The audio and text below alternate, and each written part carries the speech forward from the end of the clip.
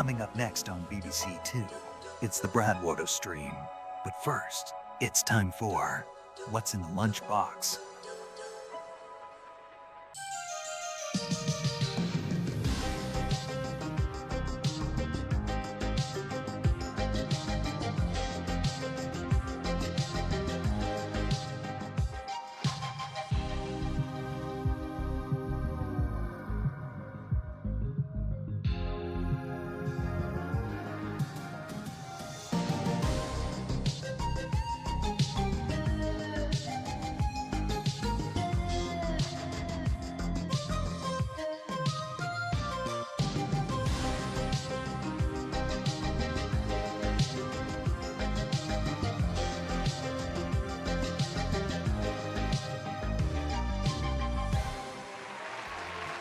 Let's see if you can guess what I've placed into the lunchbox today.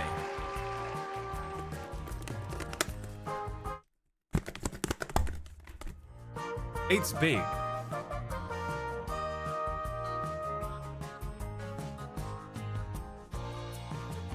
It's heavy. What in there? What is in there? What could it be? Is it a slice of baguette with a cheese inside toasted? Big boy cookie, a peeled nectarine, an Anakin Skywalker action figure, a stapler. Could it be Big Pig in there? Could it be a big patat? What else could be in there? I'll take one last guess. Do you have a guess? No one has a guess. A tuna fish.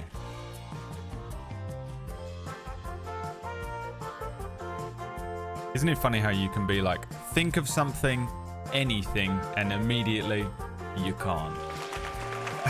Dude, there's nothing worse than when someone's like, say anything, and you're like, you can't do it.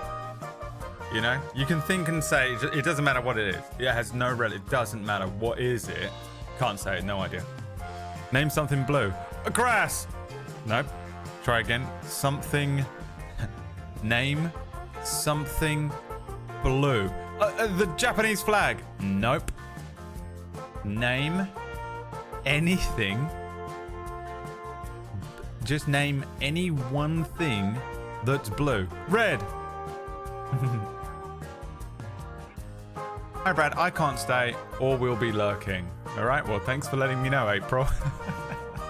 I didn't Gonna throw my subs now. Oh, I see. Yeah, you can. It is counted. Let me see.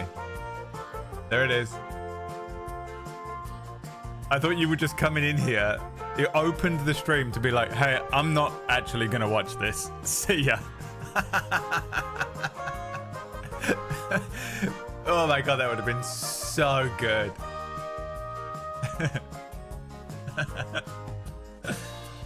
So stupid. Yeah, I fixed it a little while ago. Jesus Christ. Wait, you're anonymous? This whole time it was you. You are anonymous. Claiming... April will be claiming all of the anonymouses. Anonymous everythings from now on. Damn, 25 though. Thank you, April. Insane amount of money. Jesus Christ. All right, 2 wheel spins from April. I mean, from Anonymous. You have a wonderful day, whatever you're doing. Hopefully it's teleport again. I hope it's not. If it's teleport, guess what? It doesn't work. If it's teleport, guess what? It doesn't work. Why? Because I haven't had enough time to prep an entire world. But I have prepped something for you. Ooh. You think it's a stapler in there? That'd be stupid. It was obviously an iPad.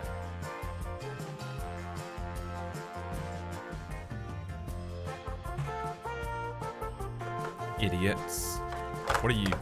What are you, idiots? Anyway, see ya. I got my 25 subs. I'm out. Peace. That's not heavy. It's heavier than like a pen or whatever's normally in the fucking box. That's what I meant. Also, it's heavy for me. I've got little arms.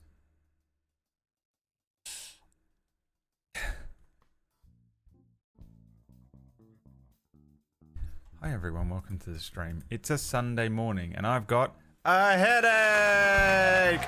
Woo!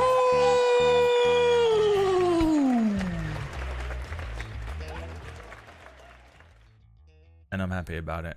You might whisper to yourselves quietly in the dark of the night, Bradley, why do you have a headache? You might whisper that to yourself in the quiet corners of the room that you're currently imprisoned in, because I'm assuming all of you aren't allowed outside with other members of society. Well, I went to a party last night for my friend Chris. It was his birthday.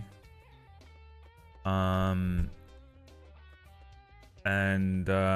you should have had paracetamol. Well, I've already had an Advil. Oh wait, you're Italian, so maybe Nurofen works for you. I don't know what you call it. What do you call ibuprofen in Czechia?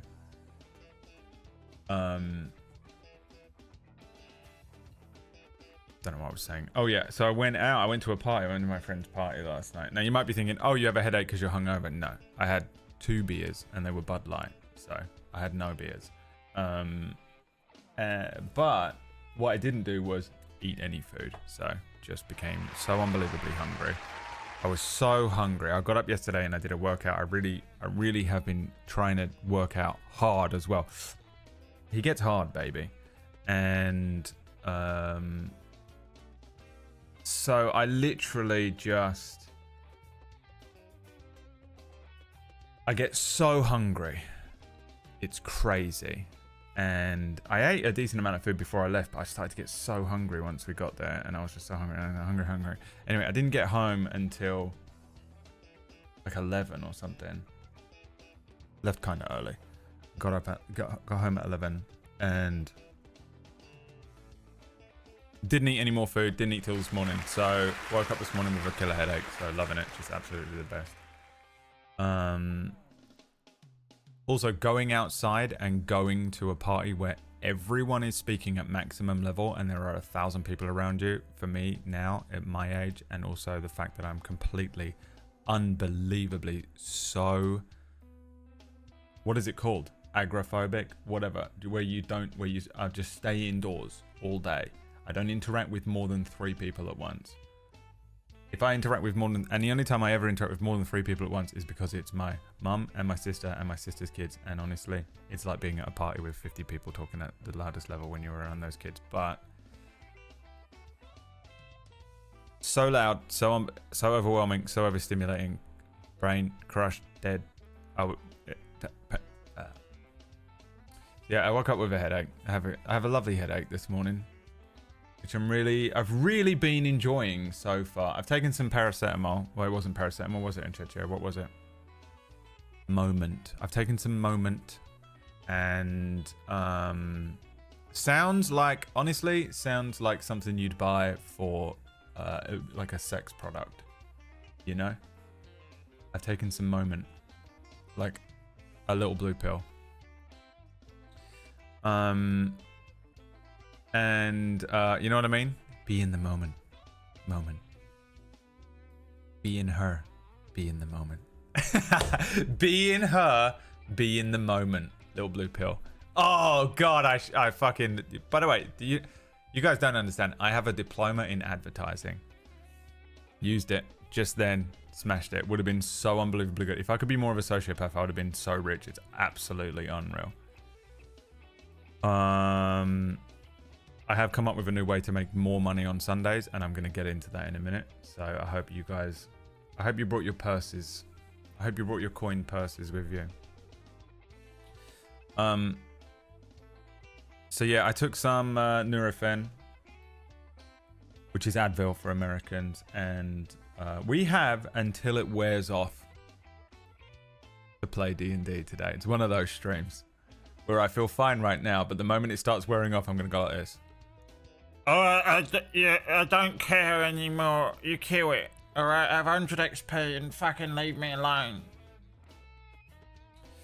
That's what we're doing. I would have gone were it not for surgery recovery. You're still recovering from your surgery, but you were literally running a marathon the next day or whatever. What's happening here, Tom Bacons? What's the deal? When was it? It was... I have no sense of time. Was it last week or this week? Good God. What year is it? Moment is a brand of glue around here. Damn. Be in the moment. I can sit down and play a game. Going to a party is still a little too much. Yeah, fair enough. When was it though? I feel like surgery, minor surgeries is 2 weeks before you're properly doing stuff. Depending on obviously if it's your leg or something, probably different. I think I have to go and get a knee thing done.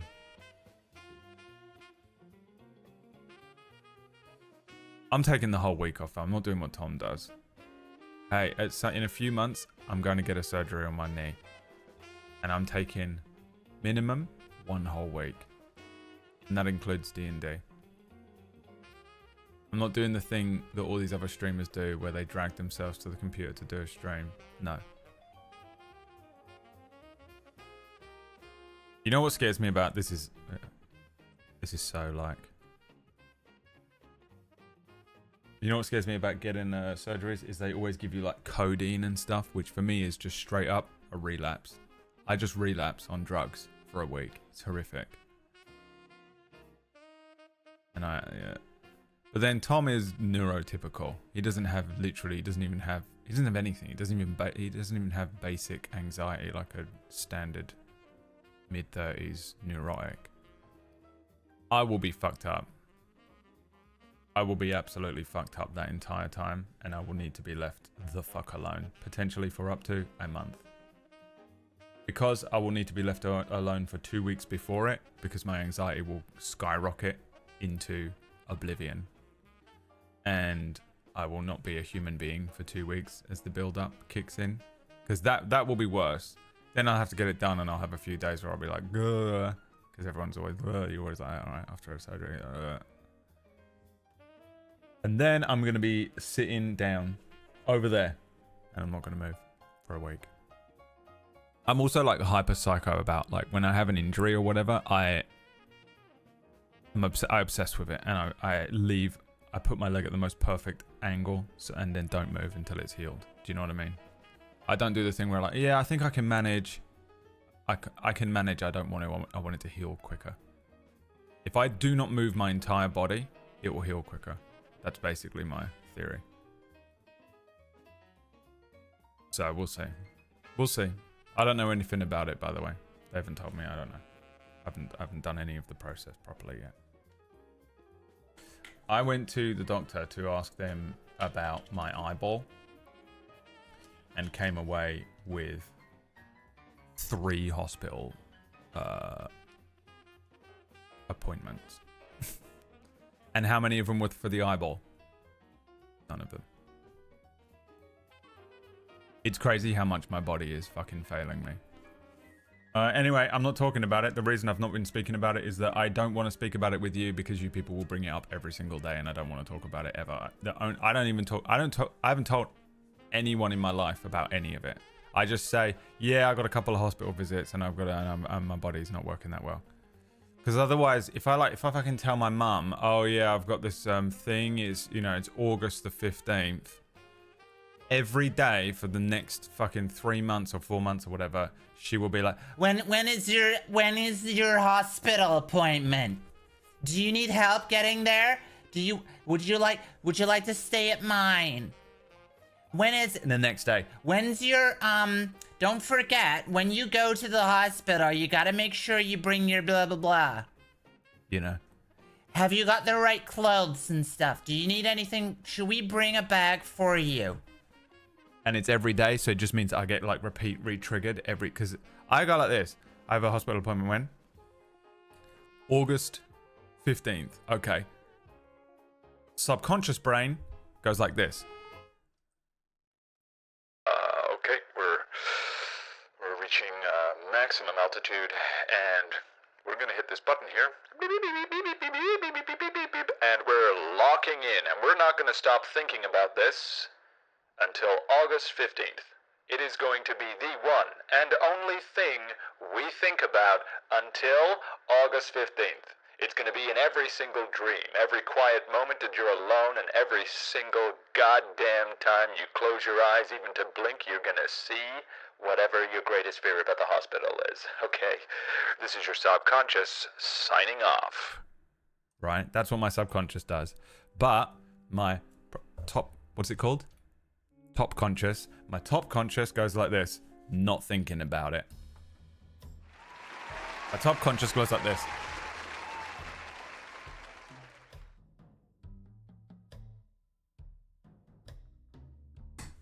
My up floor doesn't, and I don't think about it again until it's the day. And that's the trade-off. My subconscious will latch onto it, so it just begins tormenting me. Like, it just goes over and over until I go fucking crazy and cancel the appointment. That's what happens every single time. Every time I've ever needed a surgery, I just get to the point where I'm about to have the surgery and then cancel it 2 weeks before because I'm going absolutely nuts and I can't take it. Because my subconscious is, if anyone has real OCD, oh, you tidy, real OCD, you know the torment that can be wrought. So I don't tell anyone, because then that way I'm in control of how many times I hear about it. It means the only people that can remind me of it is me, my subconscious, and when they send me a letter or something, which I also hate so much. Sometimes I don't even check my mailbox in case there's a letter in there I don't want to see. And I walk past it and I go, I'll check it tomorrow. I don't think I can handle it today. If there's something in, what if there's something in there? It's like if there's it's like being a baby and there's a monster in the dark under the bed. And I go, well, I won't check it now. I'll wait till I'm mentally strong enough to check it. That's how much of a fucking pussy I am. It is Wednesday, my dudes.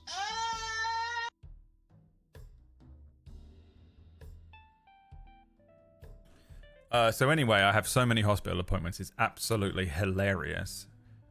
What's so annoying about it is the hospital is so annoying to get to here where I live currently, and I hate it so much. Why is it so difficult to get to? And I can't wait to move town. I love my apartment. I love my apartment and I love my view. I love that I have no fucking neighbors right now. I love that I've really had no problems in it whatsoever. But I really fucking hate the town I live in and I cannot wait to go to another one. Really hope that there is a good hospital near there. There won't be. I think I'm going to move to the middle of nowhere. I cancelled the surgery last week for all these reasons. Oh god, it's so annoying, right? And then you're like, god damn it, because you still worry about it, because you know you're still going to get it done eventually. So it doesn't go away. It's like, why can't I just fucking...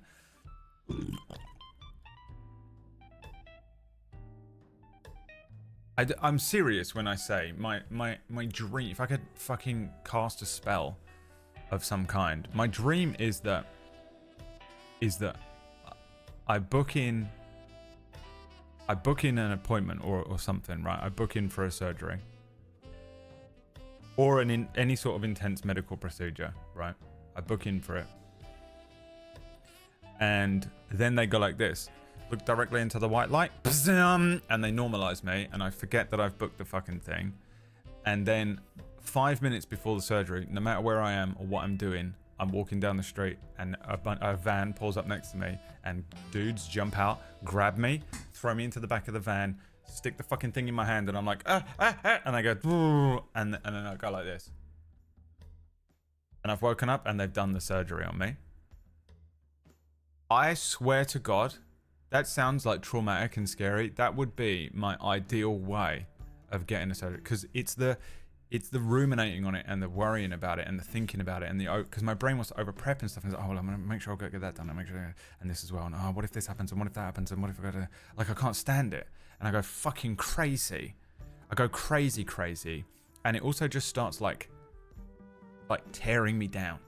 It starts just like weakening me.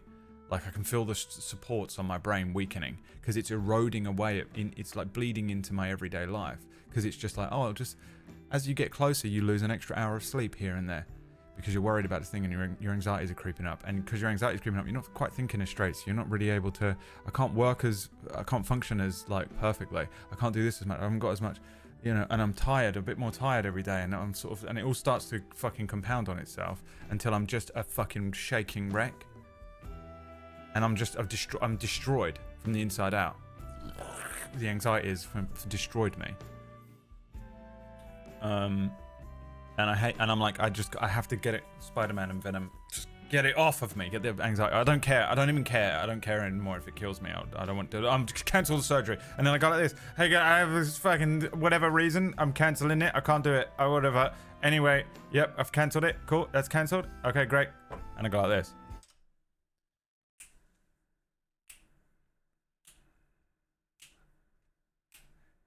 Oh, happy days. And I feel so good inside. Oh, happy days. Hallelujah. I'm singing like that, walking around the apartment immediately within 20 minutes of the phone call. It's crazy how it sheds off of me and I'm immediately healed. Oh, it's so annoying. And it's just the most annoying thing because there's literally no way around it. I can't get someone else to do all this stuff for me and then be like, hey, you know, if I could, I'd literally be like, Mum, book me a bunch of appointments for a surgery. I need to not be told anything about it. And then she just shows up the day before and is like, hey, by the way, pack a bag. And then I have to go, and then I go into a full-blown psychotic panic attack for one evening, which I can take propranolol up. I don't know what happens if you take propranolol and then go for a surgery. We're gonna find out. And go in and have it done. Oh, like after surgery, I don't have any anxiety. I just hate suffering. I hate suffering. I hate sitting there with a fucking bit of you that's been chopped off, or you know, and you're just sitting around like and the day of, you're just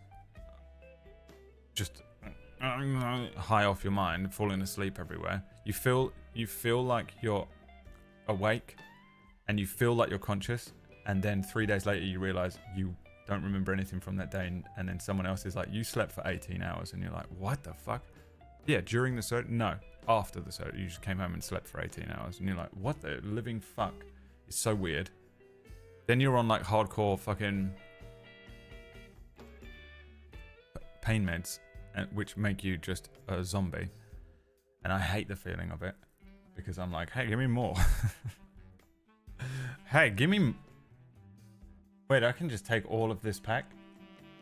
I can crush this up?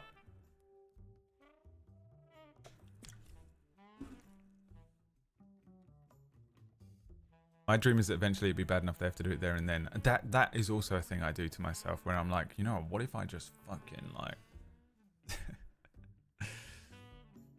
I don't think that they can do it with what's going on in my leg or whatever.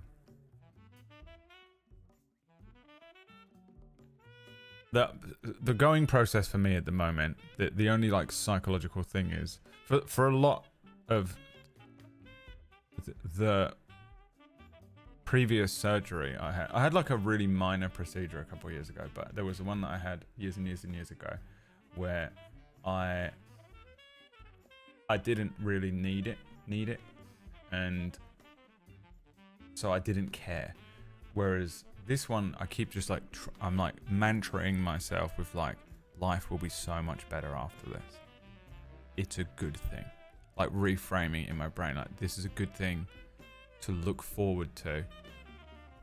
Look forward to. The event is gonna leave you completely unstable. But afterwards, you're going to be able to fly. They're basically what I'm going to be able to climb buildings. They're installing these octopus arms on my back.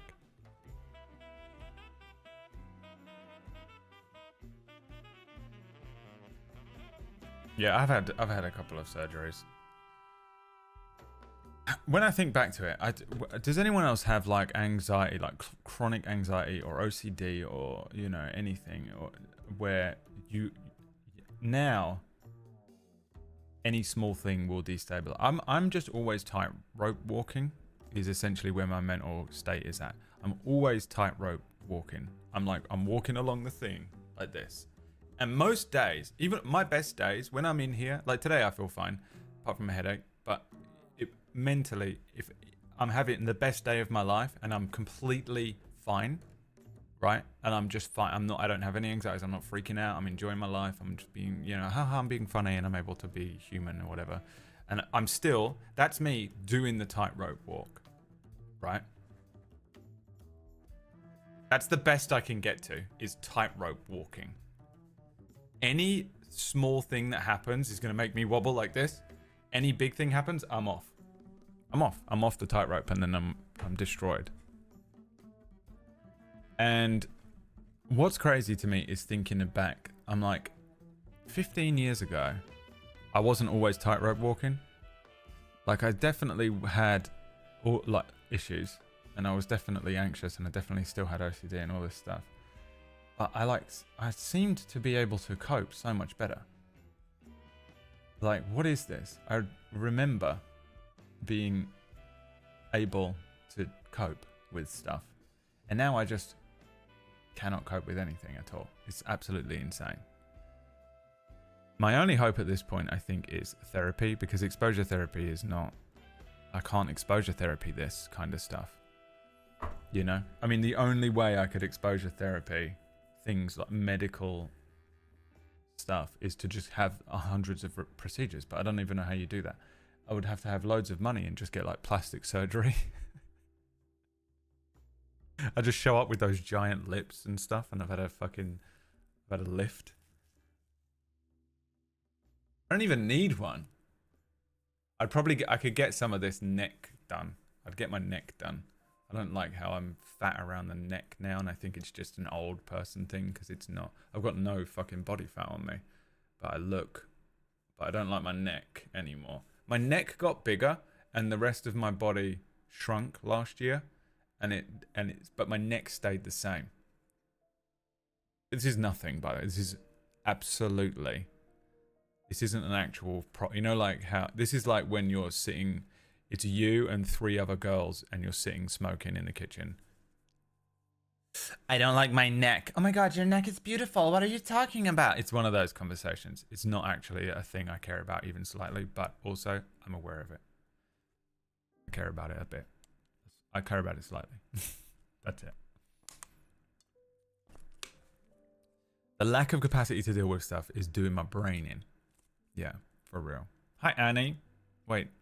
Are you home?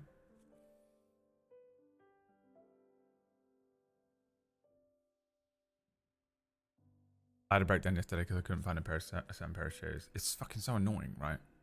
What's annoying as well for me is like how RNG that is for me. Tomorrow I could be going fucking loopy. And today I'm okay. And Wednesday I'm okay, but Thursday maximum level crazy. Friday absolutely the best day of the week for me, and it's fucking annoying as shit. What's making it even more annoying is I have whatever physical thing is going on with me, which flares up, and I just cannot figure out what is causing the little flare-ups still. I've figured some of it out, and I've gotten a bunch of it down, and my body has hit like a level of stable now where whatever was happening to me last year was completely just like the Wheel of Fortune. Going crazy. Now I seem to be having flare-ups, which it can only be diet. It has to be something I'm eating. But what? What's still in there? There's something I haven't caught yet, and it's fucking doing me in. Because I'll have, you know, every week or every 2 weeks, I'll have 3 days where I'm struggling, just struggling. And the thing is, it makes me feel bad physically. My eyes swell up. And I sleep badly because my eyes really hurt and I struggle a bit. And,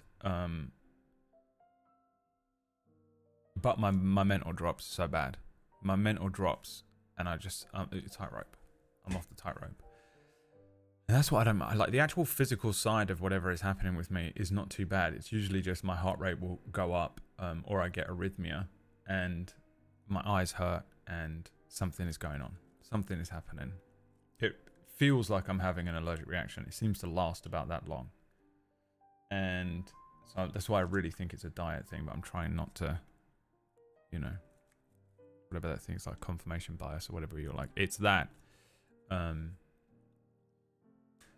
I have to go see a dietitian or whatever. I feel so much better than last year, and I really hate complaining. I really hate complaining because I'm able to be so much more productive. You know, I've got the show going. I've generally, for the most part this year, have felt good. And I'm really grateful for that, for whoever, whatever that means, you know, to God. And, you know, because all I wanted last year was to feel not even as good as this. You know what I mean? Like, split the difference between how I feel right now and how I felt for the back end of last year, for like 6 months. That great. And I feel better than that. But it is very annoying that whatever is happening is still there. And there's an element I haven't caught yet. And I really, like, I eat so plain. My diet is it's on like a very simple loop. So I just cannot figure it out. It has to be in one of the things I'm eating, but it's not like, there's no one like with my other allergy stuff. If I just eat a thing with corn in it, I know within an hour, you know, max. I either know immediately because my tongue is itching, or my eyes start fucking bleeding, or, you know, within an hour, I'm like, oh, I feel kind of dizzy and sleepy, and oh, fuck, I must have eaten them.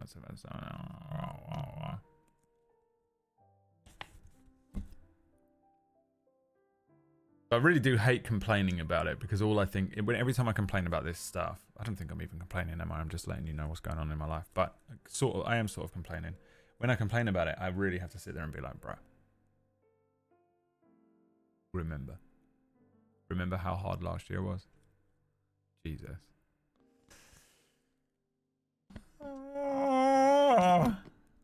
Anyway, how are you? How are you doing? I managed to avoid sleeping over and got the hell out. Oh, you left last night? Damn. You left after we didn't have to go further, no? Damn, son. Damn, son. Was Maya still there? I haven't spoken to him. He could still be there for all I know.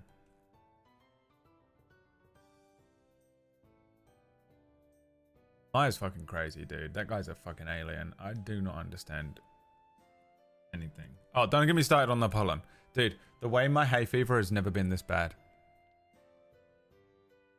And like, for the first part of this, because it hit my eyes and my neck, like my throat, I was getting like itchy. And I was like, oh shit, that's hay fever. I was like, oh, it's the hay fever that's doing it. That's what's causing these flare-ups. And I still don't know. I don't think so. Might they? I don't know. My friend had a spare bed, so I took the chance and he stayed out later than we did. Oh my god. He's an alien, dude. An alien. That's called being an adult and living alone. You can do stuff like that if you want. Hey, guess what? If you wanted to, you could just stand up. If you are an adult and you live in your own home, yeah, and you pay the rent or the mortgage or anything, right? You could stand up right now, turn around, take a squat, and shit on the ground. In your front room, if you wanted. How crazy is that? It's called being an adult and making your own decisions.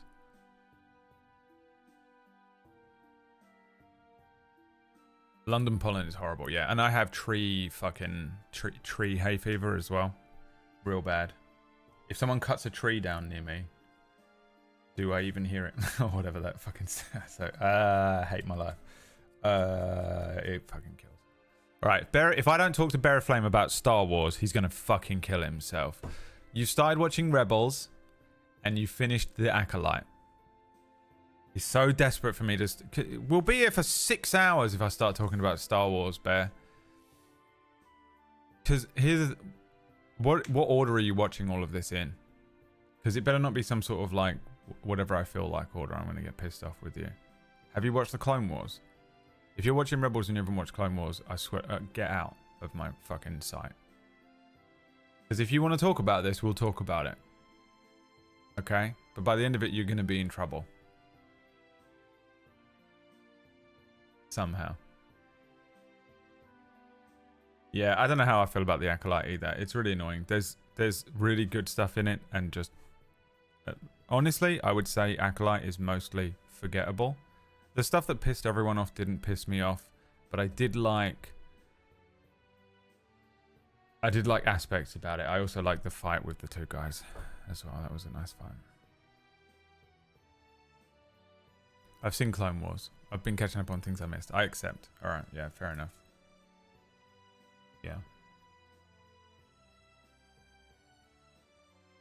Yeah, I don't know if I mean, I haven't had particularly strong opinions on the last couple Star Wars projects. A lot of people complaining about Andor. I don't know what the complaints are, but I've seen people being like, I assume because it's very slow and boring, but I like it. I mean, I know one of the complaints is that Andor is too realistic, and it's supposed to be Star Wars, and it's supposed to be like a space opera or whatever, and that is true of the movies. It isn't true of... It's the same thing with Marvel. Marvel should be branching out into genre. If they're going to be spamming out 1 billion projects, they can't all be the same tone. Do different genres. Do a spy thriller. Do a horror. You know? And I think if Star Wars is going to do that, they should do it too. I think it's much better. I'm really okay with it. And again, I think a lot of the team that work on Andor worked on the Bourne movies, and you can tell, and I think it slams. I personally got really excited for Andor Season 1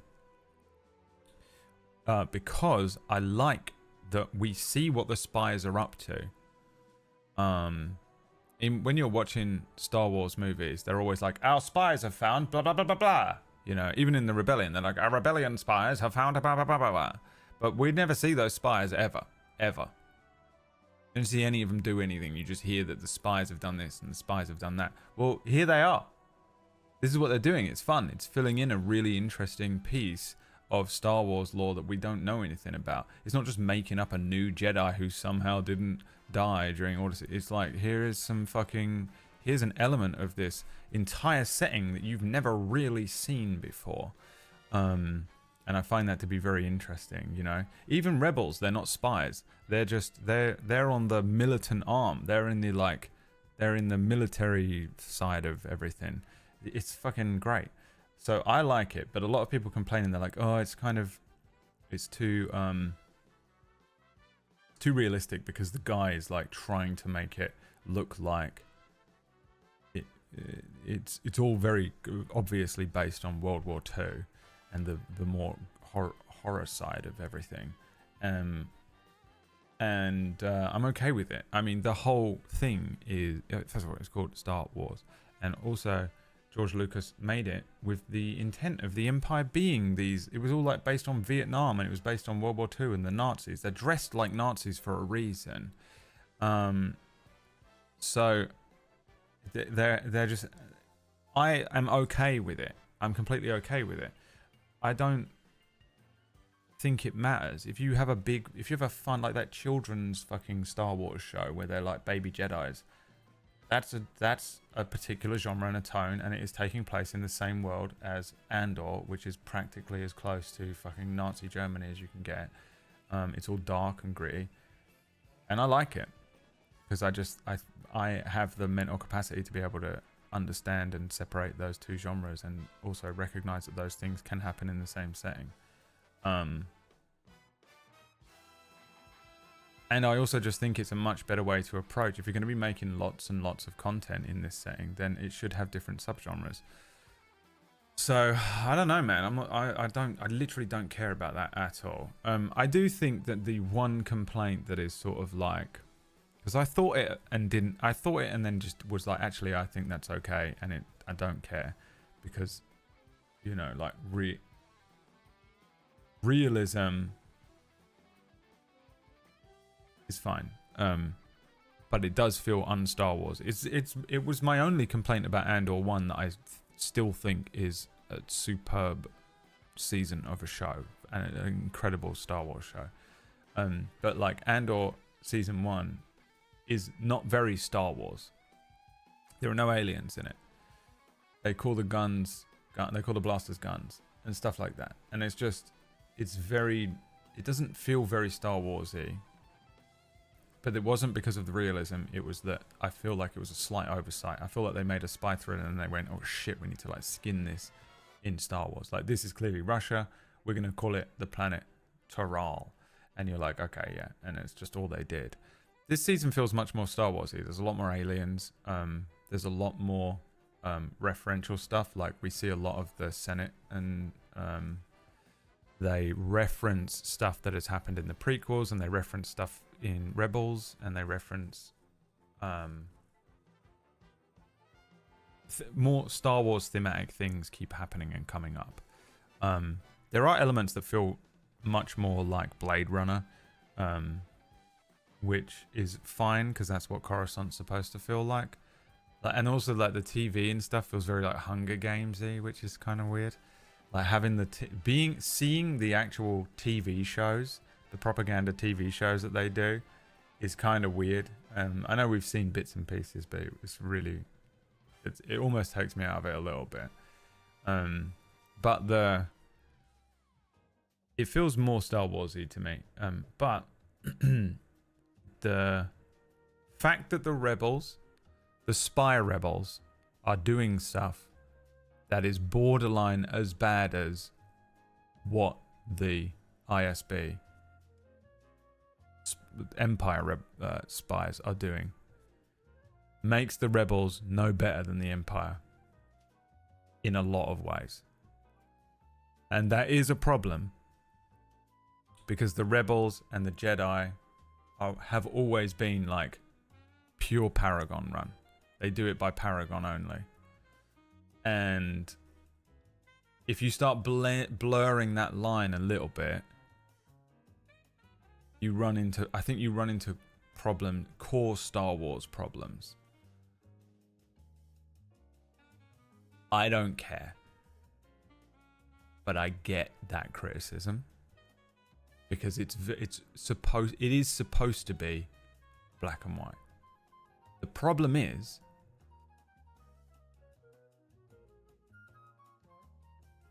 done it. Do you know how many times? Every Star Wars project. You know what people are bored of? The same story. So you have no choice but to go grey with some of this stuff. And I don't mean grey Jedi. I mean, like, you know, blur the lines. And also, Rogue One kind of does that anyway. And this show is a spin-off of Rogue One. So it's all good. Also, the character Bix, working in a wheat field, Weetabix. And it's all I could think the whole time, but I couldn't fabricate a joke, and even if I could, I wouldn't have done anything with it. But if I was on TikTok and could be bothered about that kind of stuff, I'd be smashing it. So that's my Andor review. No one asked for, because Bear of Flame brought up Rebels. You're welcome.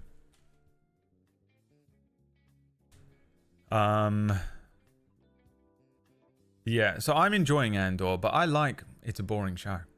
Hey, you've made a boring show. Guess who watched Yellowstone? I like boring stuff. Slow.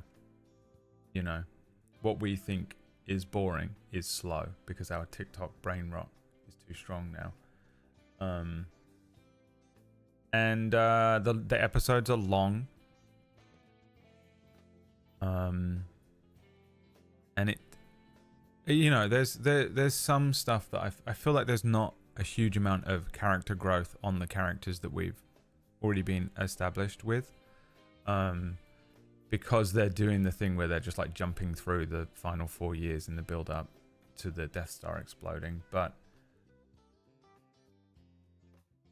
I'm actually okay with it. I think they've foregone a little bit of character growth. There's clearly going to be some. In exchange for presenting those 4 year build up. And they're doing weird stuff, like they tied a loophole up that existed, which I always love it when they tie up those loopholes, because they're talking about this place Gorman, and they're always going on about this massacre on Gorman, but in Rebels they said that the massacre on Gorman was like 2 BBY or something. And in the prequels, they said the massacre on Gorman was like 60 years ago or something like that. And in this show, they go, oh, that massacre was Tarkin. Tarkin did a little massacre. And also, there's going to be a big massacre. And I love that, because Star Wars is fucking riddled with plot holes. And they're having to do so much like stitch work because of, you know, all this fucking shit. So that's fun. They're doing a lot of, I don't know, I'm enjoying it. It's very slow, but I'm sort of in the mood for that. He says, even though he came home last night, laid on the sofa, exhausted, and put on Extraction 2. And I forgot what Extraction 1 was all about. And Extraction 1 is a movie where the guy who plays Thor gets to be Australian, and they hire him to get someone out of Bangladesh or somewhere. And it's one massive chase scene of a movie. It's an Uncharted game. The beginning of the movie happens. He goes, "Oh, I'm the greatest private military guy ever." And they go, "All right, get this guy out of Bangladesh." I have no idea if we're going to Bangladesh, but I think it's Bangladesh. And he goes, "I'll fucking do it." And then there's no dialogue for an hour and 23 minutes because it's just him in a constant, and it's very fun. I really liked Extraction, by the way. It's a dinner time dad on a Sunday afternoon movie. You're a dad and you put it on and nothing happens in the movie and you don't have to worry. You can be distracted and come back and nothing has changed. You know what I mean? It's a fight scene, a chase scene, a fight scene, a chase scene, and it's the whole thing until the very end, and then it ends. And I got in last night and was like, I just want to put something on that's like just brain dead, easy watching, relaxing. I'd had like so much overstimulation from being at the party. And I was like, oh, Extraction 2. I liked Extraction 1. Couldn't remember what it was about. Press play and he goes, "Core, I'm all injured in that." And then they do a montage and then they don't speak for an hour and 20 minutes because it becomes one continuous chase scene. It's very fun though. I actually appreciate that they made the movie like that because I think it's, you know, it doesn't follow a formula exactly. But my God, I didn't watch the whole thing. I got halfway through. There was literally a point where I think he was literally hanging off of a train and there was a fucking fighter jet shooting him and he was punching a guy in the head and another woman had been stabbed and he was holding a child in one arm. And I was like, I haven't got the brain power. Fuck it, this is killing me. I have to I'm not going to be able to fall asleep. I turned it off and then went straight to bed and fell asleep instantly. So, Extraction. Good movies though. I don't, well, the first one at least. The second one seems to be exactly the same thing. If it's brain dead action movie you want, they're not bad at all. I think they're well worth watching. Or at least the first one. The second one, honestly, is the same thing. And I'm, what was I, half an hour into it before I turned it off? I don't know. But I feel safe in the knowledge that it's the same thing. And I know you want to play D&D, but here's the thing. What do I play after Veilguard? Because I've got the final mission to do. And I don't know how long that final mission is, but it's almost over, and I don't know what to do with my life. I've played a crazy amount of it. I have 3-starred every region, and all of my team have got the maximum. They become the Valgard hero, whatever mode. I haven't collected all the boxes and stuff in each area. I'm not doing that. I'm not 100%ing it. I've got I've unlocked the secret ending, which I knew. I don't know what it is, but there's a post-credit scene that you have to unlock by collecting 3 secret essences. And I did it and was like, I don't know what I just did. So I just Googled it, like, what the fuck did I just do? And it says, oh, that unlocks a secret ending. And I went, cool, great. Did that. I've purged the blight from the fucking whatever. And I've done everything. If this doesn't get me the best possible ending, I don't know what does in that game. So I've got the final mission. You know the thing with the point of no return in those kinds of open world games. Time for that one single Expedition 33 stream then. I guess so, but like, that doesn't tide me over for the next few days. I could play Heavensward for a few days. The problem is I booted up Heavensward and then I got into a fight and I couldn't really remember how to play. And so I turned it off. And I need to... Basically, that day, I didn't have the energy to relearn.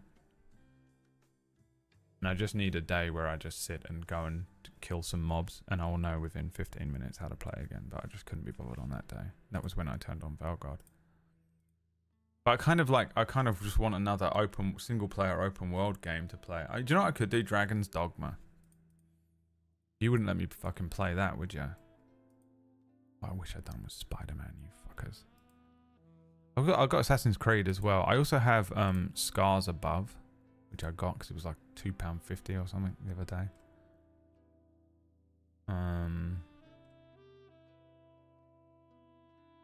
No, I can't be fucked with Death Stranding. That's mental. If anyone plays Death Stranding twice, they're out of their mind. You're a psychopath. There is a publisher sale on EA as well. What have they got going on?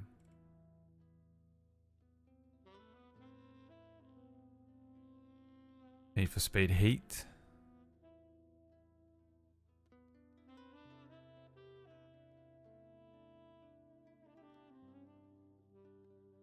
Jedi Fallen Order, Bear. Did you want a Star Wars kick? Luckily, Unravel 2 was in that. Got Unravel 2 for like a £5, which we're playing tomorrow with PB.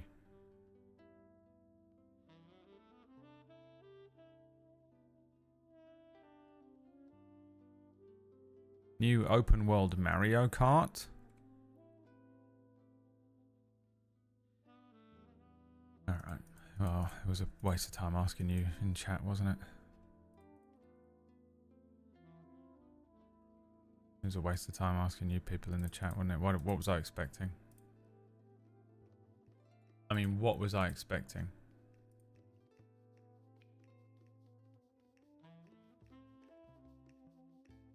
Fine, we'll play D&D instead. Now, you might be thinking to yourself, Bradley, did you make a new intro? And the answer is, not really. But you might be thinking to yourself, did Shadow make another Suno song? Yes. And have you quickly, very quickly, 3 minutes before the stream began, overlaid that into the old intro?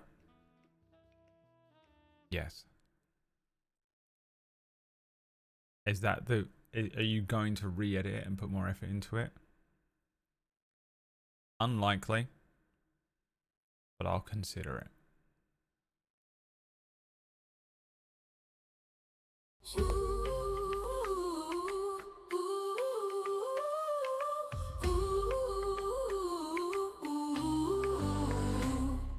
Once again I hear the siren sing its song of clashing iron. Racing thoughts, it might be dire. Is this the one where I'll expire? Raise my blade against misery, inviting in catastrophe. Shake the doubts and steal the soul.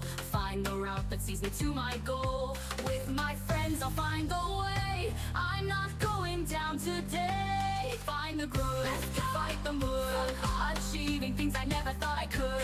Spend my time, the winds will go well. Seize the day and thwart the endless night. Clear and win, I will shine. Raise above the hero's light, lend an ear to people's plight. I can fight, it's time to make it right. I will try. My conviction is my oath. Church and water, fire both. Pushing through my face to die. I'll keep marching on despite and will rise. The hero's light. Ooh, ooh, ooh, ooh. Has Shadow been watching? Has Shadow been listening to Shakira? Yes. Now. Previously. You're in a spot of bother. If you'll recall. But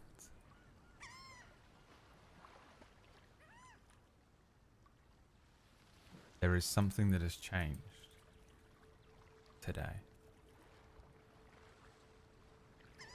Because he doesn't even know what he's Best just wishes done. on somebody's birthday. He Blessings. doesn't. L. He doesn't. It's Elle's birthday today. Happy birthday, Elle. I was about to say, Jaeger, you don't even know what you've just done. So I was about to say, there is, you know what you guys have been asking me for a very long time? Different ways to give me money on a Sunday.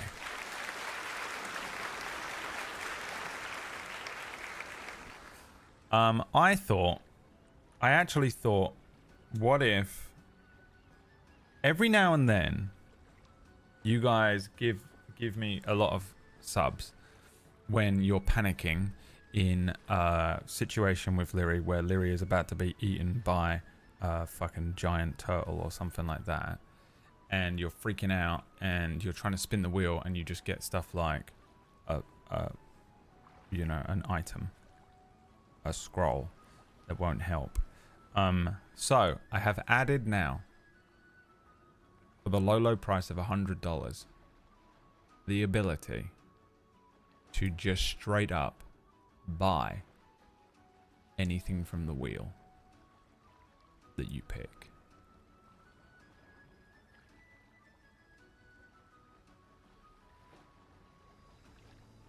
Dealer's choice, which I will rename. Jaeger just got it. Let me rename it to pick a prize. Pick a prize.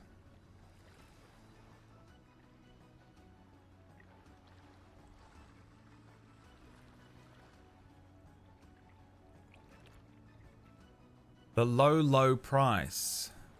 With the low price. I mean, it's a pretty low price considering how much you'd have to spend for subs to reach the same level. But why does the wheel spin say 50? Hold on. I fucked with everything today.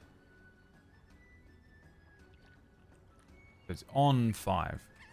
We're on 5. Really. If you overshot it, does it miss? Yes, it does. Thank you, Jaeger. Thank you, April. The wheel spin... Is the wheel spin result on top? Or will it overlap on... I don't understand the question. Please rephrase the question. Actually, I might be able to do this. Hold on. Hold on. Don't sub. Whatever you do. God Damn it. Don't come. Do not come.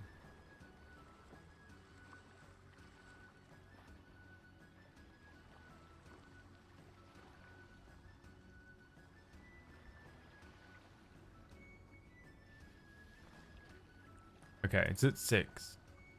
Who wants to gift 4 gift subs right now before I click save?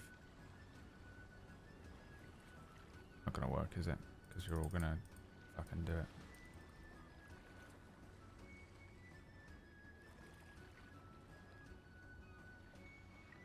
Tell you what, we'll count Jaeger's $7 and I'll give you another spin.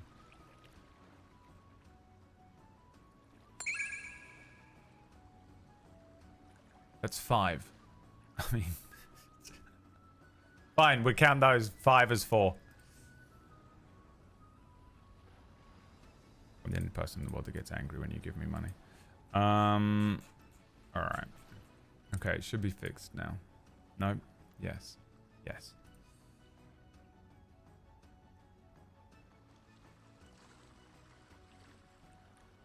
Where the result is displayed. Oh, it should now appear above my head. It will appear here. So really, I could do this. Make it a little more obvious. But it's just going to be hard to see no matter what. I fucked with it to try and make it clearer, but it's really weird. It's really weird for some reason on the wheel spinner. I might be able to make the text like white. I think that'll be harder to see though. Might be able to do this.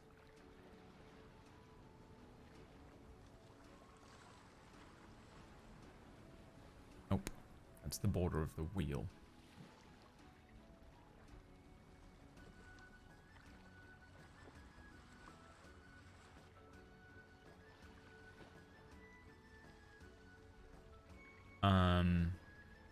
So yeah, I mean, I just had to move some of this stuff around. So that's the changes that I've made. So this way, if you... Also, the other thing is some people don't want to gift subs. Which has come up a few times. So now you can just gift cash. And that's it. This stream is literally, and I'm not kidding, the only way I can pay rent now. If I didn't do this on a Sunday, I wouldn't be able to make rent. That's how fucked Twitch has become as a job. And appreciate you for giving me lots of money. April, Jaeger, Miko, Debiro. Here we go, baby. So let's get into it. Those are the changes. Deal with it however you wish. I don't care. You last time, before we spin the wheel, you last time escaped hell. You escaped hell. By pure chance, thank you, Vmore, you managed to make it to oh, it's on 100. God damn it. I knew it was wrong.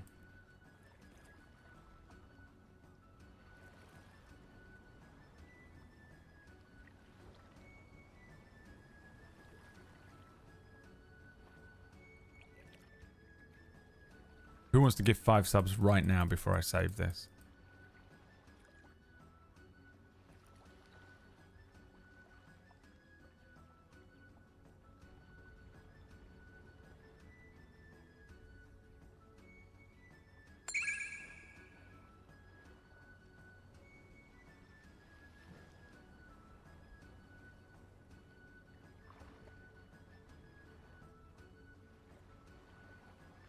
It worked. Fuck yeah. Jesus Christ. Alright. So annoying. Sorry, it's fucking tricky. It's weirdly tricksy. And it shouldn't be. And it is. Thank you, Shadow. Thank you, Femore. Another wheel spin. So you managed to escape hell. What I was going to do today actually was some admin, but because I would like to, I really want to update the dice roller as well at some point. But this week I ended up spending lots of money on things that I didn't want to spend money on, and also we lost 300 subs. Let's go, baby. I don't know. I don't think it was 300. It was like 150 or something like that. It was horrible. I looked at it. It did the thing. It did the thing where I go, how many subs have I got? Okay, that many. And then the next day I looked at it again and they were all gone. Yes, feels so good every time. Feels so good every time. Really, it's just... It's always in flux, but it's still the worst, most scary thing as a streamer.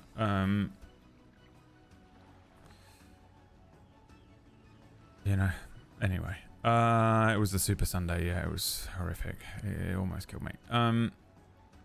So last time, let's get on with the fun part of D&D. Thank you, Nina. You, yeah, you came face to face thanks to a random Spellwind teleport with the King of the Devils, Cran. Now Cran was about to kill you when essentially you managed to teleport once again.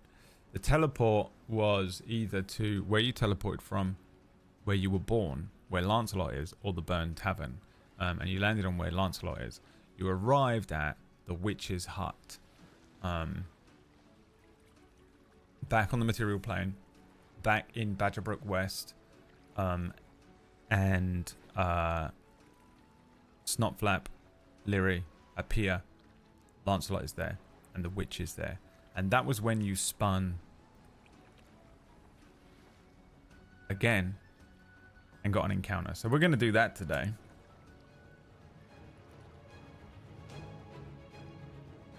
Now, because I had to port everything over from Roll20 onto...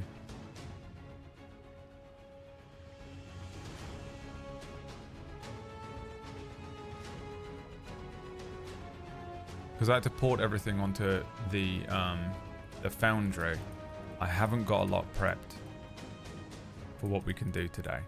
So these wheel spins are subject to change. And there could be some monkey's paw stuff going on. But I won't fuck with it too much if I don't have to. So how many wheel spins do you have? Let's have a look. You have 1, 2, 3, 4. 4 wheel spins. Let's do those first. And then you get to pick a prize as well. Thanks to Jaeger's birthday. First one. And we'll see if the writing comes up above my head. Yes. Quad vantage on your next thing. Quad. Nice. Good opener. What else you get?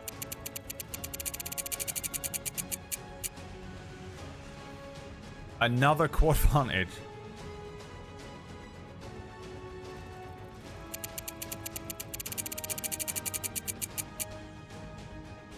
A magic item. Imagine it was all quads.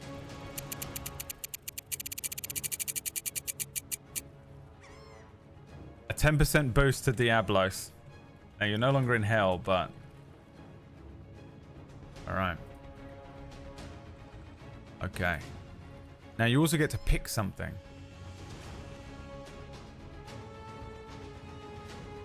Pick a prize. I will list everything that's on the wheel. Give me a sec here. Alright, encounter. Instant.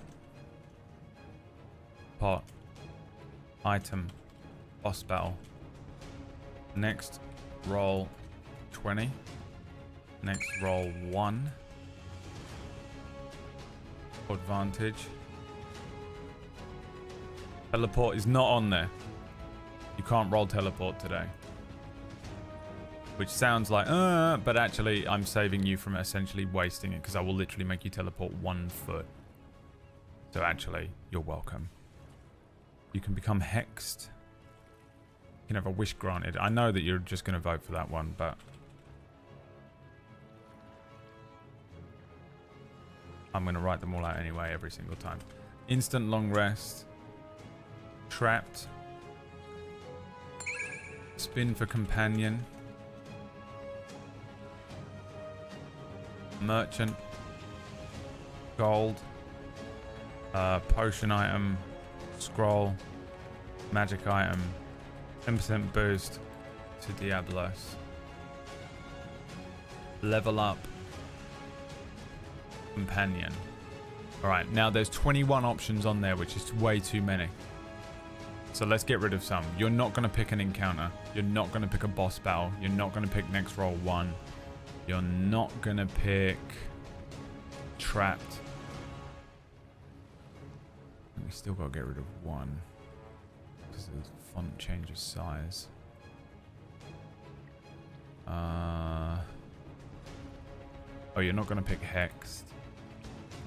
Let's see if they all fit. 16 on there. Let me print screen this for myself.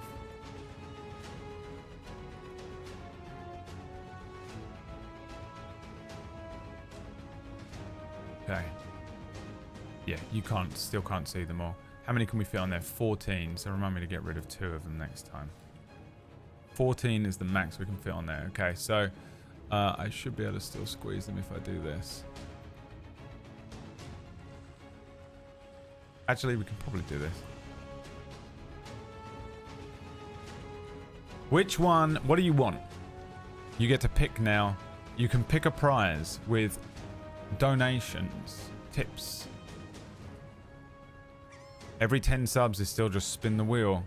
But when you, if you throw cold hard cash at the pick a prize bar, you can just pick off the list if you need something. I feel like this one is going to be more useful when you're literally on death's door and you need a wish granted and you're just like, it's almost $100 for a wish. But it all goes towards purchasing more butter for me. Because I need butter because wider cookies take so much butter. Hey. Indie Bro, thank you for the 96 months. 8 fucking years, dude. I was saying you got to be in the top. The other day we were talking about you, Indie Bro. You got to be in the top something for being here the longest, right? 8 years is nuts. What do you have next to your name? Have you unlocked a new badge? Venom back, thanks for the 5 gifted subs, my friend. Digital Dan, thank you for the 54-month resub. Oh yeah, look at that pink heart on Indie Bro. Nice. New badge. Is it the first time we've seen a pink heart? I think it is.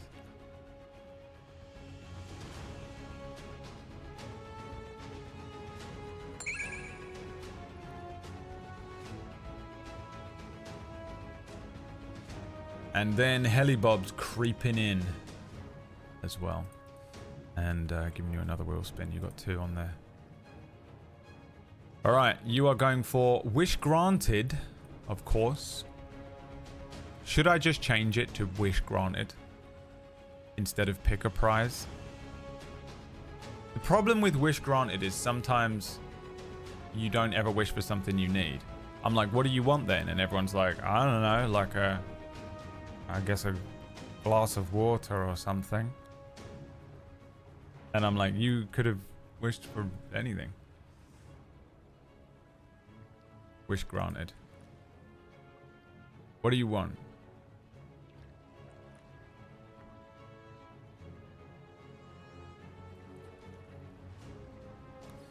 A magic merchant. Could have just literally had the other thing. A powerful merchant appears and helps us fight, rather than to just have your own personal. It's a wish. You can just be like, we have a Tarrasque fighting with us. Snotflap is injured and unconscious on the bed. He's not dead. More wishes. Fancy new threads.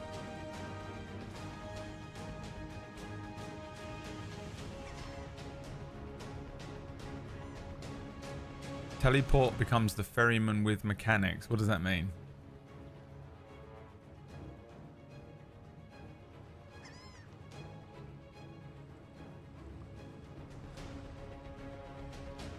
Power kill. Charm wish.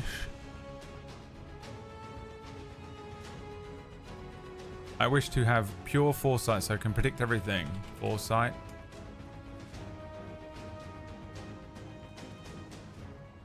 Denizens of hell don't want to kill us. It's not flat 100%. Recovery. Okay, there you go. There's your options. We can pay him to teleport to some place we want, otherwise it'll be random.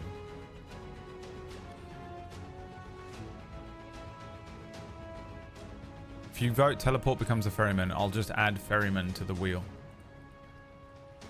Instead. The ferryman shows up, gives you the option to fast travel somewhere. Personal fast travel with the ferryman.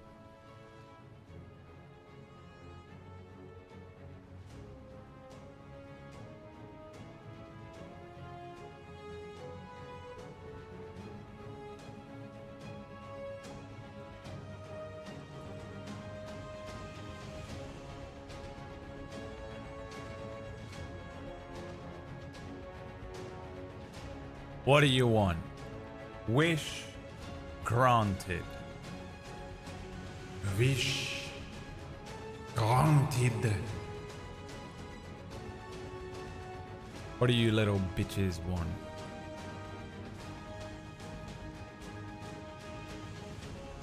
Teleport becomes the ferryman, but what I'll do is I'll add it to the wheel. I think that's more fun. Add category.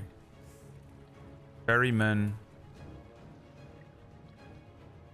Fast travel. And I'll put it up. Teleport is a 3 chance. So we'll do the same for the ferryman. 3 chance. Bam. There it is. The white one at the top. Okay. Your wish is my command. A brand new thing. That'll be useful, I think, actually. Sometimes, if you spin that one. Or pick it, I guess. Because there are times when you're like, oh man, we've been teleported so far away. Can we just fast travel back? Alright, so you have 2 more wheel spins, right? Here comes the first one. If it's teleport or fast travel, we'll spin again. Oh, dude. Spun it straight away, and I would love to use it, but it's locked. Temporarily locked. We spin again. Video game. Temporarily locked. Another encounter. Delicious. Yes. Very nice. Alright. Let's spin the wheel. One last time. You have another wheel spin, right? Am I crazy? Boss battle. Alright, tell you what I'll do. I will combine the encounters into a boss battle.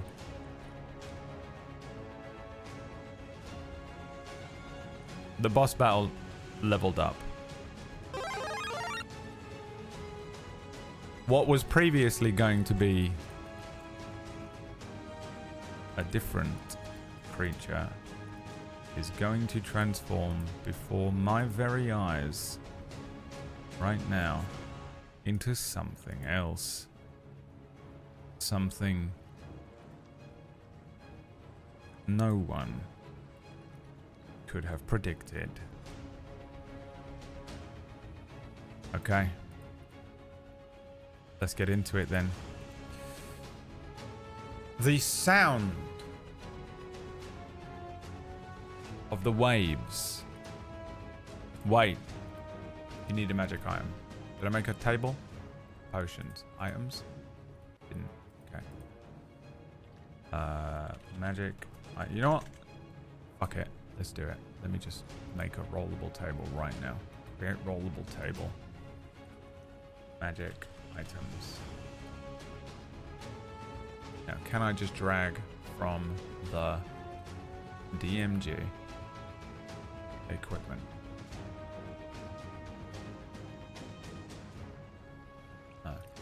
Where are the magic item tables in here?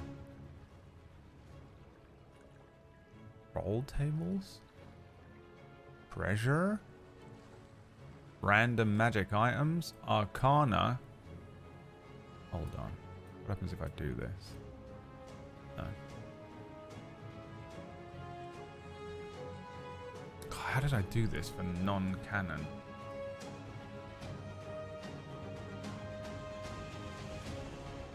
What is this?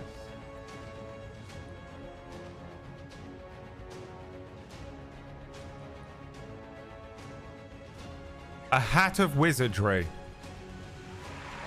Perfect. Exactly what I needed.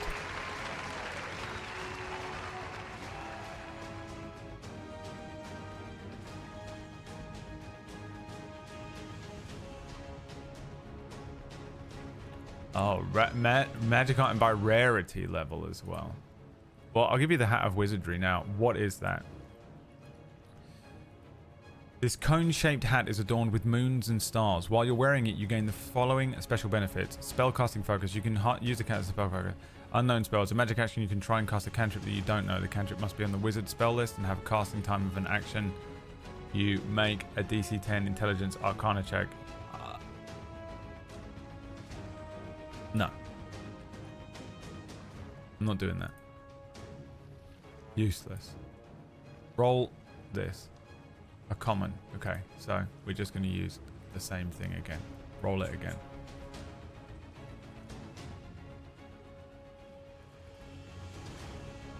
Staff of Bird Calls.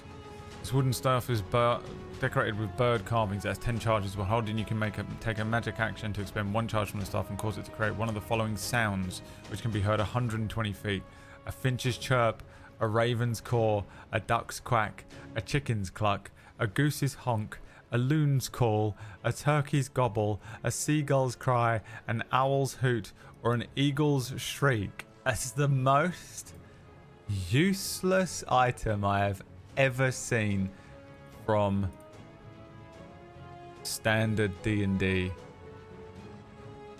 Not from some weird website where they make unique stuff. It's the perfect item to give to you right now. I couldn't be happier with that, Paul. Alright, where are you? Staff of Bird Call. Where is it?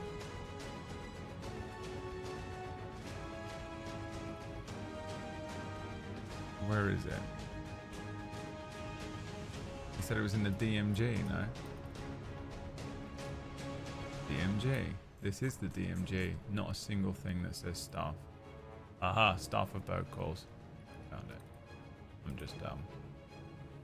This is what, you know when you're watching Don't Die and me, Whack and PB are like, I don't know where this could, this is what we're doing. The Staff of Bird Calls.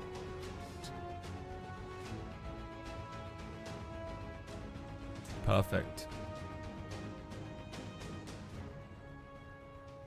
It is a weapon that you can use as a staff, though. Which I guess means it's a magic staff, if nothing else. Alright, well, remember you have that because I won't. Incredible work. And then Diablos levels up again. So, when summoned, Diablos hits a creature and reduces their HP by 55%. Rounded down. What's half of 55? 27?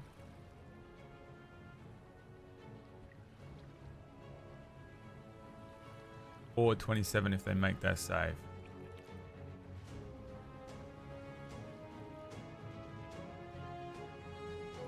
Which is crazy. He gets an extra 10% when he's in hell.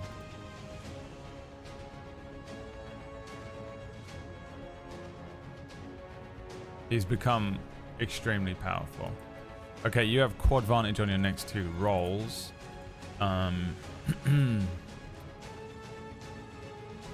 We good? We're good.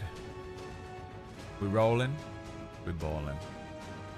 Okay, you've upgraded to a boss battle. Now, I think this is Plumrogue's fault.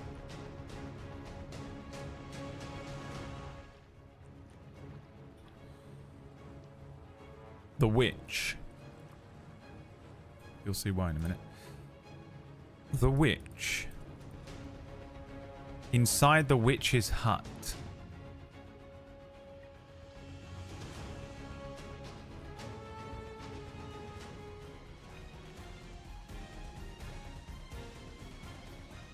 Suddenly glances towards the doorway.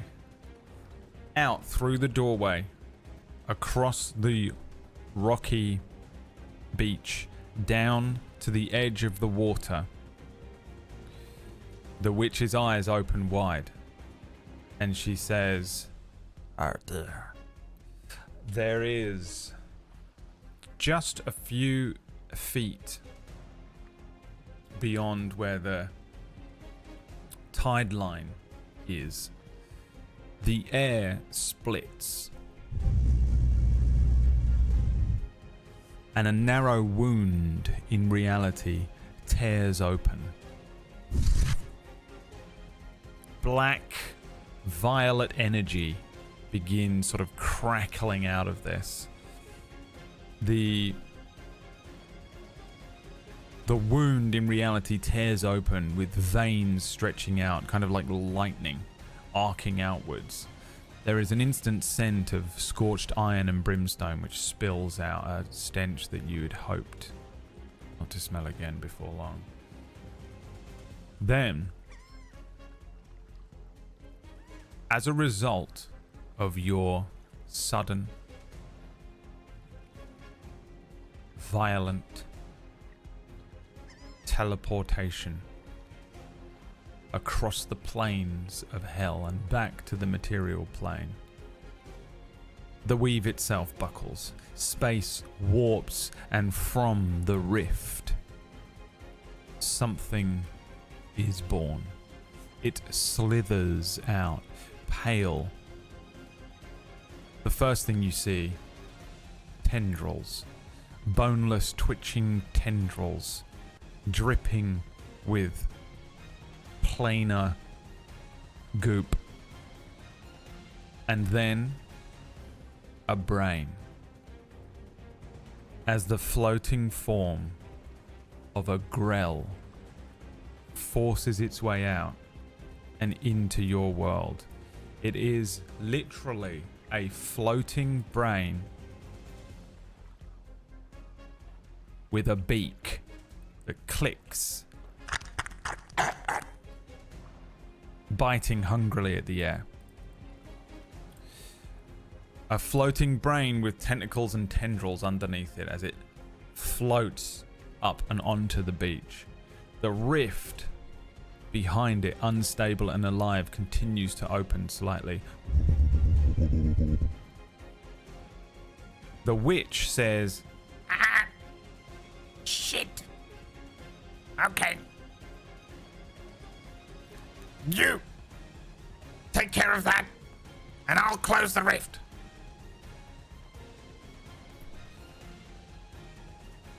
Lancelot and Lyri rush out of the door. The witch strikes Snotflap on the belly. A green arcane burst from the end of the staff as Snotflap regains his hit points. You get out there too. I ain't doing anything you say, bitch. Lyri says, Snotflap, we need you. Alright, but I ain't doing it because the bitch said so. It's pronounced witch. Oh, sorry. Witch. And then he ports out of the front. Let's go to one of these pre-prepared maps that I had. Beach battle. Yes, look at that. That ain't worth the cash? Come on, pretty cool. Ooh. Okay. As Lancelot, Lyri, and Snotflap rush out of the front door, there is as a force field appears around the hut. The witch begins chanting and humming as she begins to close the wound in the weave and deal with the planar tear that has been caused from your forceful exit across the plains. There is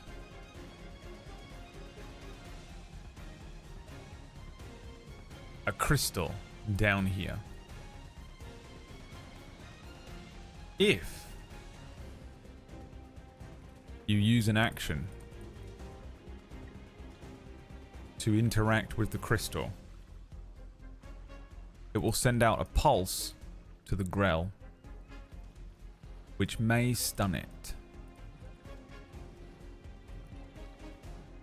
I have added to Lancelot's sheet, rather than compelled whatever, he has oh, where did it go, you motherfucker? God damn it, it didn't save. You bastard. Alright, fuck, I've got to redo it. Rather than compelled duel, because it's too hard to deal with, he is going to have a feature called Taunt.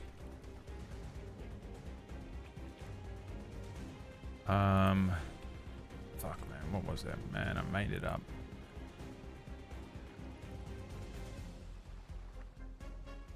As an action, you can compel a creature within 60 feet to target you. Oh, no.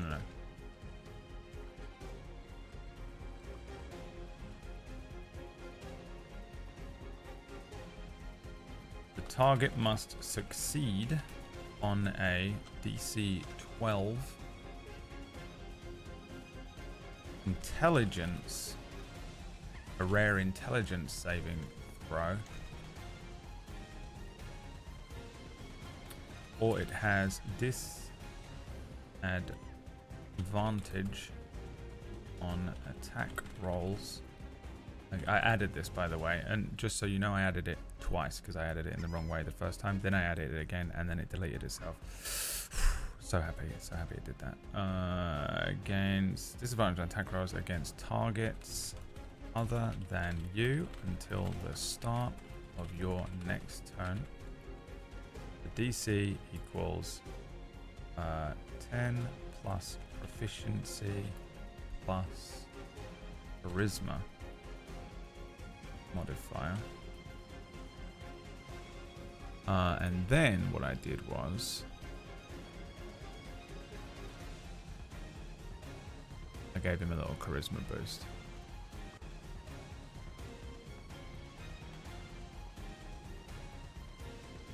So he can now taunt something as an action,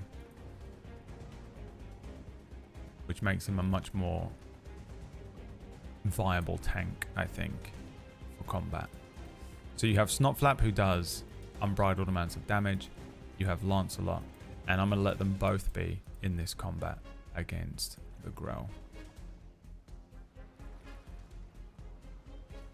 It's time for you to roll me initiative. You get quad advantage on this.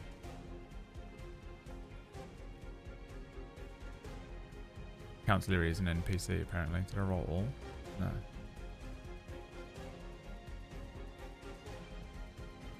And Snotflap's still called Snipflap, which is good to know. Snotflap on a 20, Lancelot on a 14, Grell on a 9. Leary has a +4 to initiative.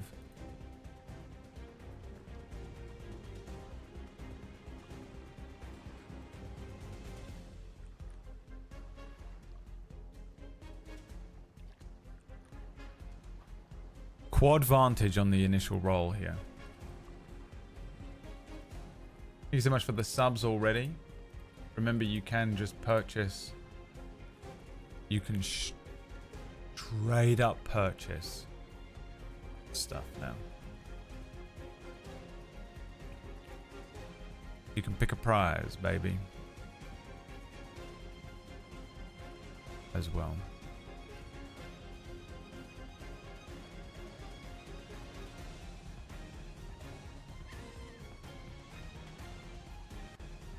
What are we at? 14, 1, 3. Wow. Can you beat a 14? Can you get off the mark quicker than Snotflap does?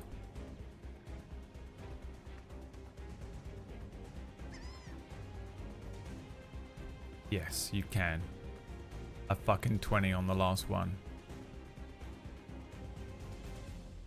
Going on a 24.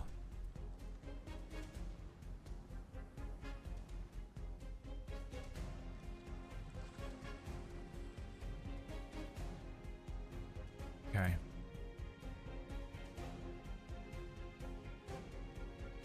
Here we go.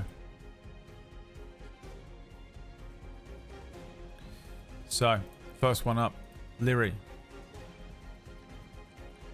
What does Lyri do? Here we go, baby. What does? Holy shit, I can type, guys. What does Lyri do? Alright, so we need to add a couple of things to this. So you're at range. Well, I guess attack melee. You can make it. The grill is pretty close, like 15 feet. Attack ranged longbow. You have unlimited blade works. What was unlimited blade works? Scroll. You can take a potion of healing. Now you are not healed. Let's check on Lyri's status. Lyri is at 28 of 36. Lyri has 3 uses of second wind, but no action surge. Going on. Healing hands. Did you use that? How do we even know? You have a use of it, so I'm assuming you do have it. Healing hands. Summon Diablos. Action. Interact with crystal. A stun crystal.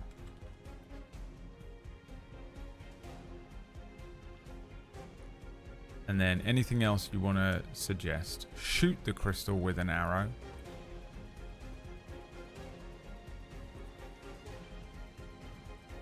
Find weak spot.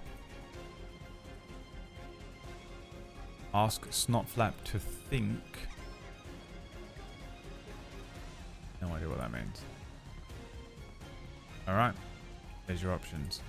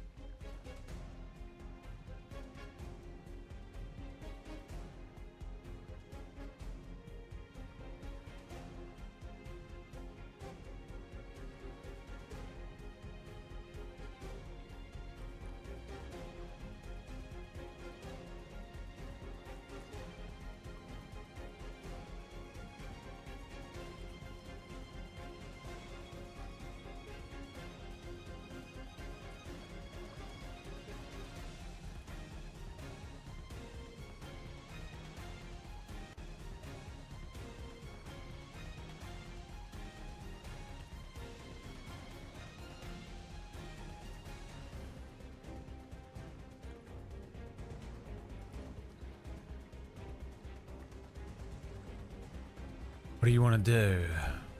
Interact with the stun crystal. Okay. Leary darts around this corner, rushes up to this crystal, and places their hands on it. There is a moment. You know what I need? I need that sound effect again.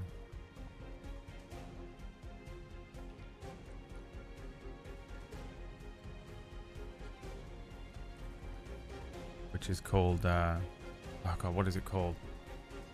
You know, the blah noise from Star Wars, Jesus Christ. Seismic charge.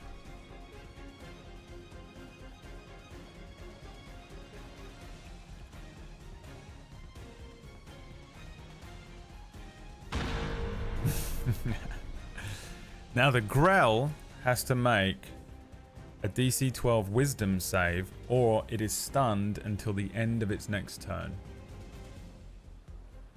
Grell. I love a Grell. It's my favorite monster. Grell. A Wisdom save, please.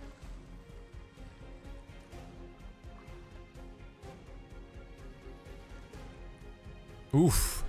A 7. It comes creeping out. And the Leary places hands on the gem, and a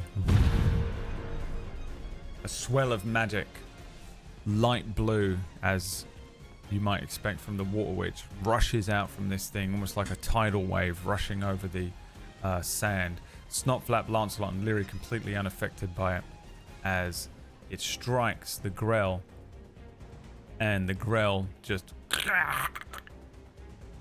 is stunned in place. Okay.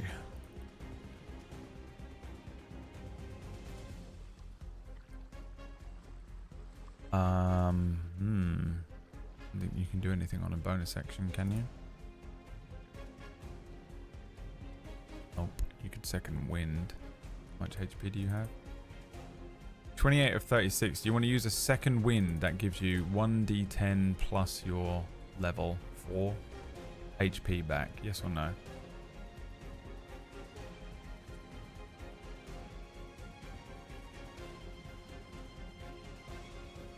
No, no. Nay, no. Okay. Alright, it's the end of your turn. It is now Snotflap's turn. Now Snotflap, of course, only has one gear. Go. Fucking Charlie Sheen, remember when he said that? Immediately launching his dagger at the Grell. Now the Grell is stunned. Now let me give the Grell the condition stunned. What is Leary's condition? Potion of climbing. We'll leave it on. Okay, Snotflap. Orb strike dagger. Have advantage against a stunned creature.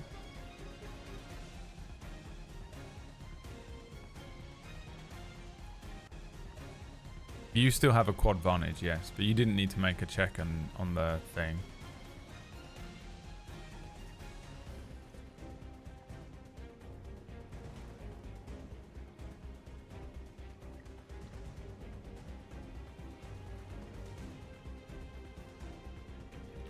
I don't know if they changed it in 2024, but attack rolls have advantage. Let's go. A 22.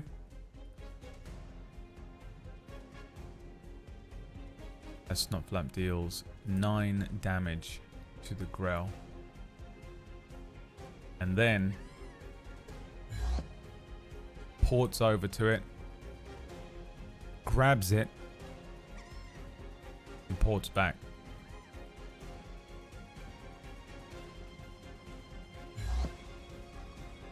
What the fuck is that for? A fish? Lancelot says, I don't think that's a fish. Okay, Lancelot's turn. Lancelot can taunt or attack. with a divine smite. I'll let you type in the chat. Taunt or attack?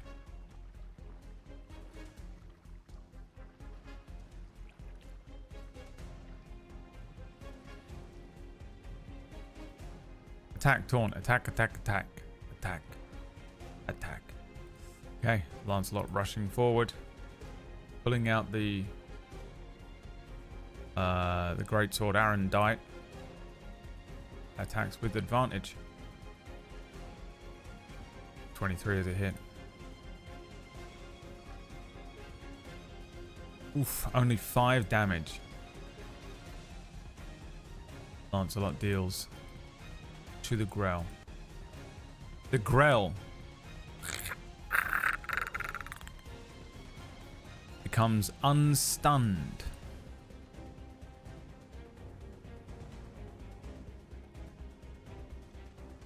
At the end of its turn, bringing us back around to Lyri. What does Lyri do? Any other suggestions in the chat?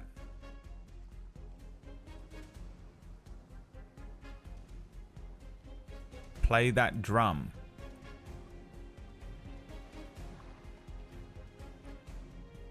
Eat sand.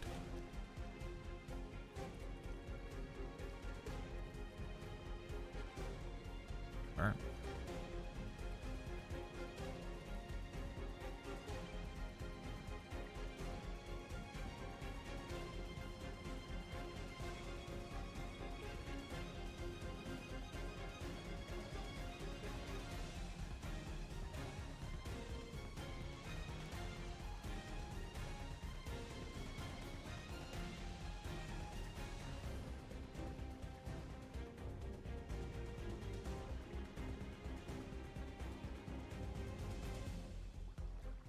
What do you want to do on this turn?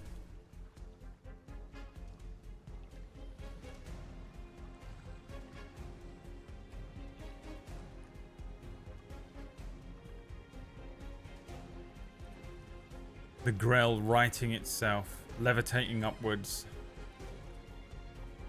spying Lancelot.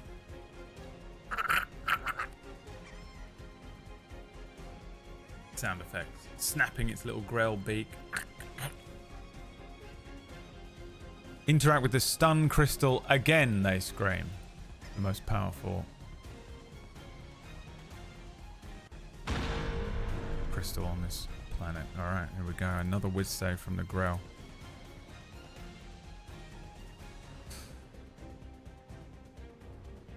Grell is not stunned.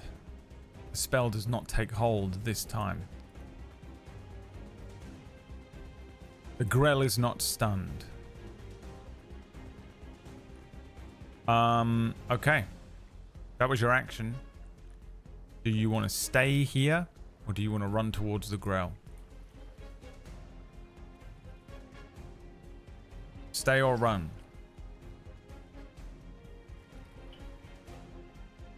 Stay, stay, stay. Stay, stay, stay. Alright, Snotflap's turn. Here we go again. Snotflap, targeting the Grell. Warp Strike Dagger. Normal this time. A 10. 16 in total. The dagger hits.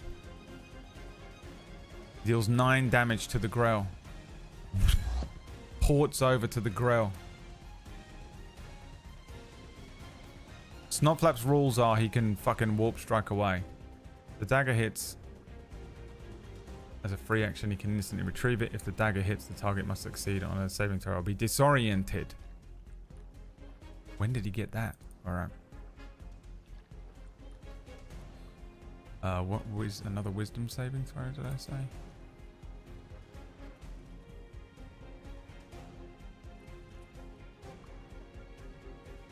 What did he get that for?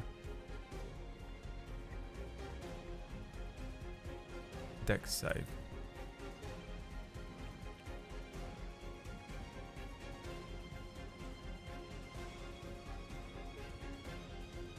An 8 from the Grell. Disoriented on its next attack throw. It will have disadvantage. Alright.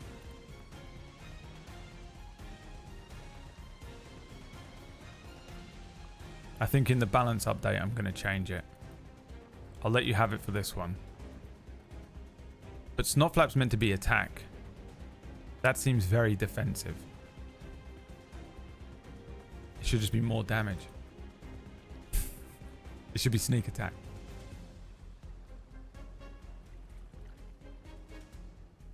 Or take an additional 1d4.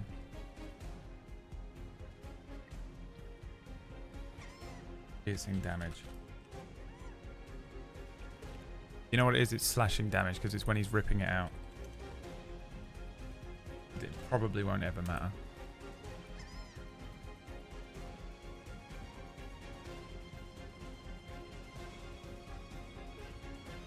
This way, Snotflap in the balance update is all out attack, and Lancelot is defense. You know. Balance updates. Welcome to the season 2 balance updates, where we buff Lancelot to make him a viable companion. Change. All right. For this round, we'll say that it is disoriented. So what was the rule on Snotflap being able? Oh, he can Misty Step away. That's what it is. Which he does. Okay, Snotflap is done, deals his damage. Lancelot can taunt or attack. I'll let you type it in the chat. Taunt or attack with Lancelot. Lancelot has a new ability called Taunt. The creature has to succeed on a DC 12 intelligence saving throw, or it has disadvantage on attack rolls against any other targets other than Lancelot. Taunt, taunt, taunt, taunt. Attack, taunt, taunt. Taunt, taunt. We're fighting a Grell Keeper. Okay. An intelligence saving throw from the Grell.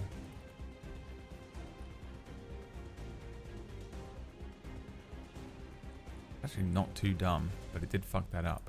Taunted is the Grell.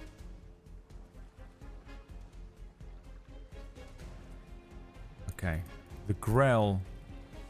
Lancelot stands in front of the Grell, gleaming armor and large sword, and starts doing the thing that they do in Jurassic Park. He cracks a flare. Over here! Over here! You know? In Jurassic Park? No one knows. No one has any idea what I'm talking about.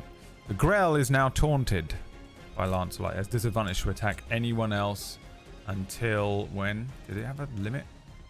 Oh, I think I need to put a limit on it. Oh, until the start of your next turn. Okay, Grell's turn. What can Grell do?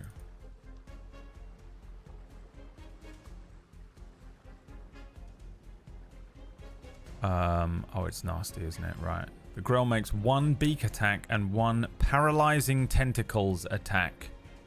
Here we go, baby. Both towards Lancelot. Obviously. The beak. Misses. Just this beak just scratching Lancelot's perfect armor, but doing nothing as he kind of moves a shoulder into play. And then the paralyzing tentacles come down.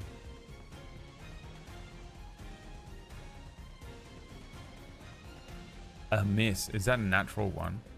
It is a natural one. Alright. A devastating miss for the Grell. Roll me a d20 for the fumble.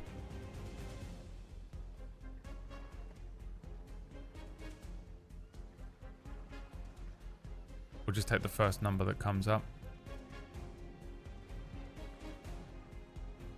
The Grell rolls a natural 1 here. A 2. Equipment slip.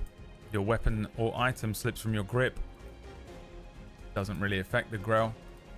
So you get nothing. Womp womp. Alright, that's the end of the Grell's turn. It's now Lyri's turn. Any other creative options? Go ahead and say them now. We'll get rid of Eat Sand. We'll leave Find Weak Spot. We don't need to shoot the crystal. I'm always willing to let you spend an action to find weak spot. Anything else you want to try? Otherwise, forever hold yonder piece.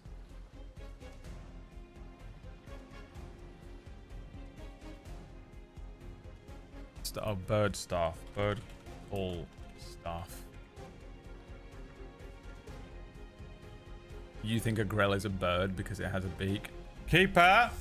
Keeper! Keeper! Keeper! Keeper of the Ark! Keeper!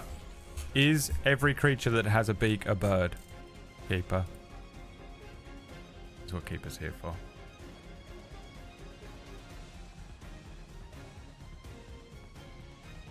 Well, that would be absurd because that would make all cephalopods a. I beat you to it. Keeper, you loser. Pushes up glasses.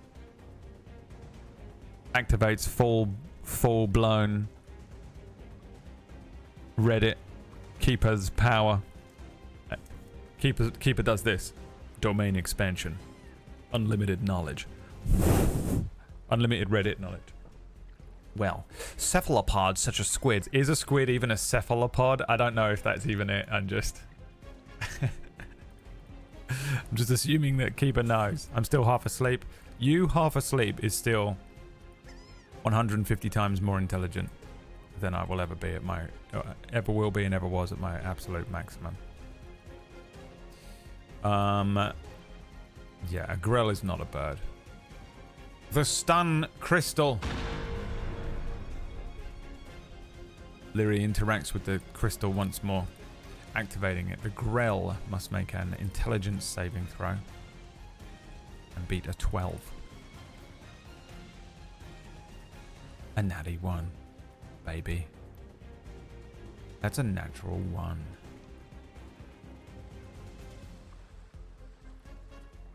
The Grell becomes stunned. The Grell is stunned. It is at this point. Snotflap yeets his dagger at the Grell with advantage. A 25 is a hit, dealing the damage of 6. It's bloodied. The Warp Strike dagger flies through the air. The Grell, stunned, begins floating downwards as this thing sticks in the side of its brain. It's the Grell's body is its brain as well, so it's just a big brain with a beak. Snotflap reclaims the thing. The Grell needs to make me a dexterity saving throw with disadvantage, I'm assuming.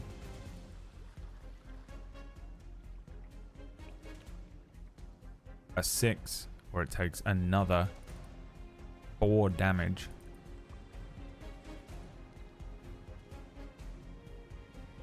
Which it does, and then Snotflap can port back to where he is. Lancelot, attack or taunt? The choice, once again, is yours.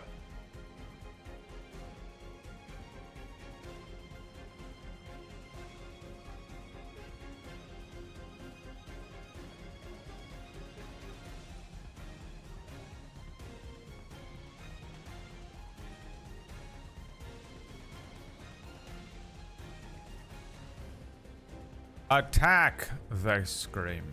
Alright, here we go. Arendite swings down at the Grell. 14, he just hits. Dealing 5 damage to the Grell. Grell unstuns. Its beak snapping again as it floats back upwards. But that is the end of its turn. It's Lyri's turn. Presumably, You are going to hit that fucking stun crystal again, but I'll give you the option to vote. Why not? It's why we're all here. It's the fun of interaction. The fun of interaction. And what fun we're having. Oh boy, and oh boy, oh golly gosh, what fun we're having. And oh boy, and oh golly gosh, what fun we're having.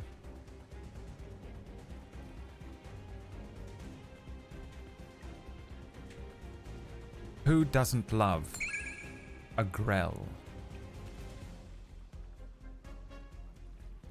Thank you, Shadow the Wreck God. He's like, this is not enough for me. Spin the wheel again, boy. You spin that wheel again, boy. Thank you, Shadow. We're gonna spin that. No, we're not. We're gonna hit the fucking seismic charge again. The Grell makes another Dex saving throw. Nope. Intelligence saving throw. Nope. What is it? A wisdom saving throw. What did I write down? DC 12 wisdom save. Here we go. Thank you, Gabe. Yeah, here are some Deutschmarks. For a wheel spin.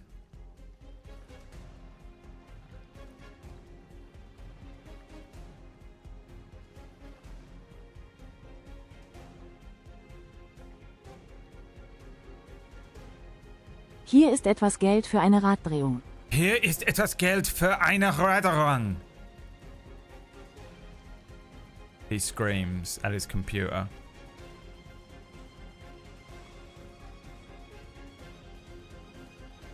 Alright, let me do this first for the Grell. Did I roll it? Oh, a 12. Fails. Stunned. Das ist eine Stand again. Money, money, money. Well. Someone wants a wish granted. Alright, first of all, we spin the wheel. We see what we win. Another quad vantage. This is mad. Oh, you have two. Yeah, I was about to say I forgot one, but I didn't because you just haven't made any rolls yet. Okay, you have double quad vantage. Let me write this down. Double quad still in play. Double quad still in play. Boys. $25 from Debiru. Going for the pick a prize. You can now donate cold hard cash using the tip function and straight up just pick from the wheel one of the things that you want to happen immediately. Alright. Thank you very much, boys. I appreciate it. Yeah? Snotflap attacking the Grell, right? That's what we're doing. Snotflap launches the Warp Strike Dagger with advantage. 22 hits.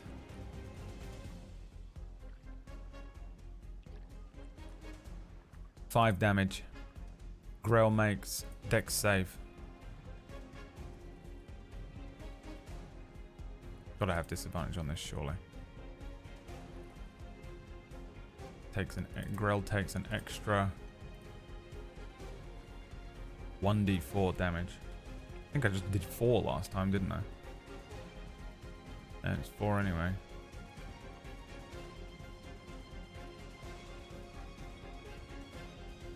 Okay. Lancelot, taunt or attack in the chat. We'll need a tip command or update the spin one. Okay, yeah, I'll do that. I'm not doing it now.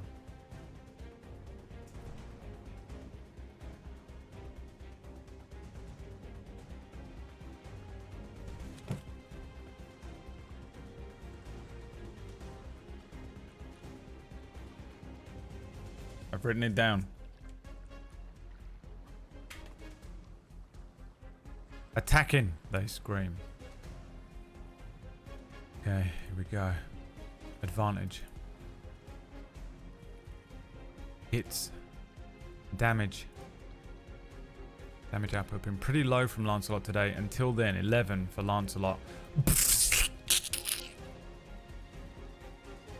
Arundite lifted up the spray of sand and surf as he lifts it up. The Grell stunned and slowly falling. He brings this thing down, cleaving the Grell in two. It is at this point that the witch will make an Arcana roll to try and close the rift. The DC is 20. The witch has what do you have, witch? Where are you again? You are this one. Yes. +3. +3 to the roll. 14. She fails. She's not finished. The planar portal remains open.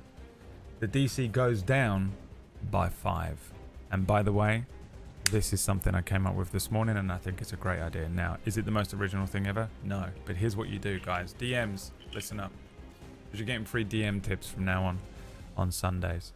Honestly, you're getting them anyway because you're watching me DM and procedurally generate, apart from this, which I come up with this an hour before we started the stream. But here's what you do. You open a portal and at the end, when they kill the thing, the portal, they can attempt to close the portal on an Arcana check with the DC being 20 or 30 or really, really high. Borderline impossible for them to do at whatever level they are. And then if they fail, more things come out of it, but the DC to close it goes down. They defeat the creatures and then it's a 15.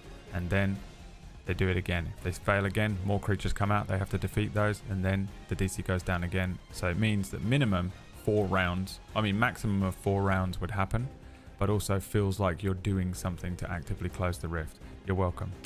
I thought it was a cool thing, and I'm implementing it right here instead of using it on side quest. But I will also use it on side quest on Tuesday because they're all gonna die.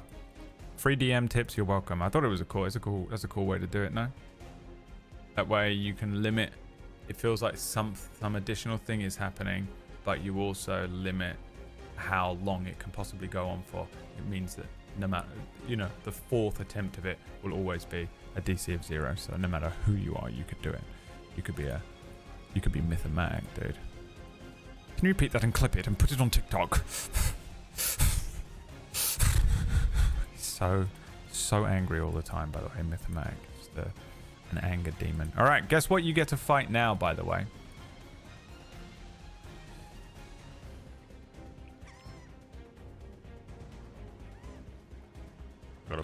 Gotta pull him in.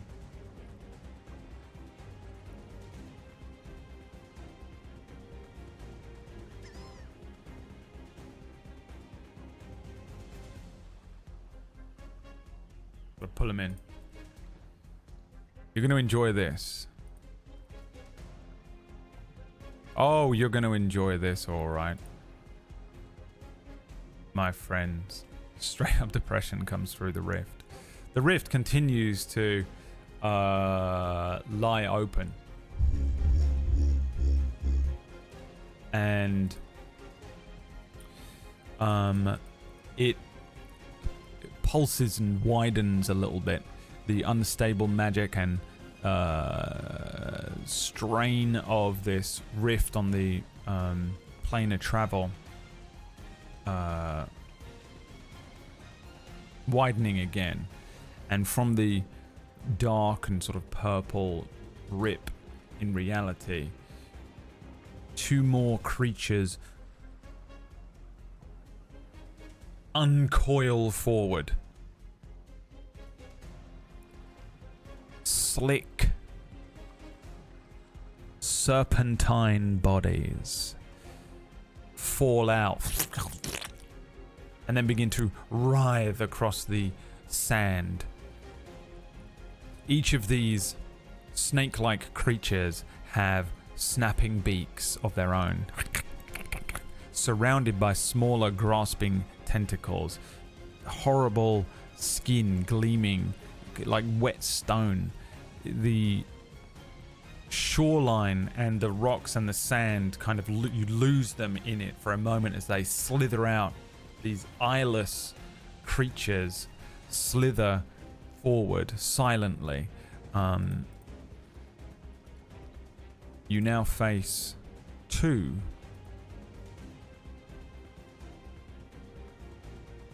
Gricks. What the fuck is a Grick, bro? It's like a baby Grell. It's basically a baby Grell.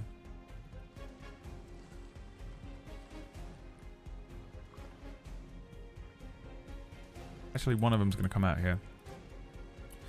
Let's roll some initiatives for meine Gricks.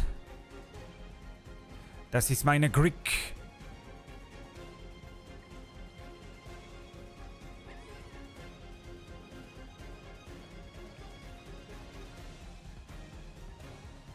The Gricks enter the combat.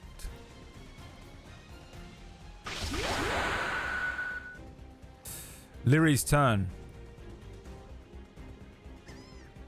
Immediately. What does Lyri do? The choice is yours.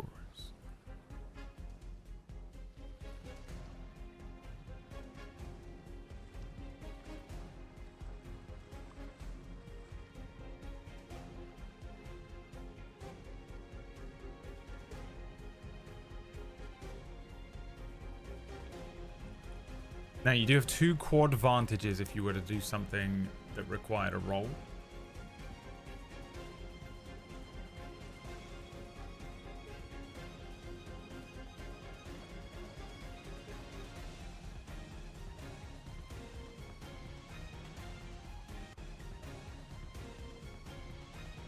Gricks. I don't think I've ever used a Grick, unless anyone knows whether I have or not. Might be the first time I've ever used a Grick in a D&D game. They ain't got it like a delicious, wonderful, perfect Grell. Attack with a longbow. They have decided to do. Alright. Bear in mind, Snotflap and Lancelot can use the crystal. It doesn't have to be Lyri if you wanted to. Alright, which Grick are you attacking? There's Grick and there's Rick. The Grick on the left next to Lancelot is Rick. The Grick on the right is Grick. Grick or Rick? Type it in the chat.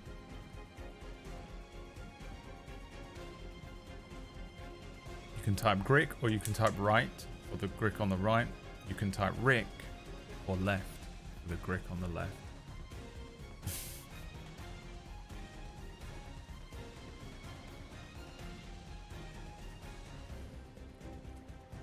Grick.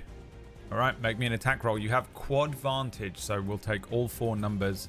The highest one is what we will take here.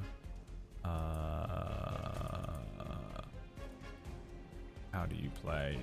Here it is. Attacking this Grick here. And you have a plus...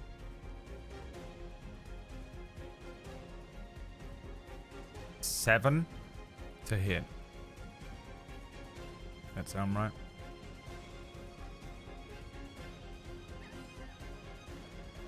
The highest of 4 rolls. You have a quad vantage being consumed here.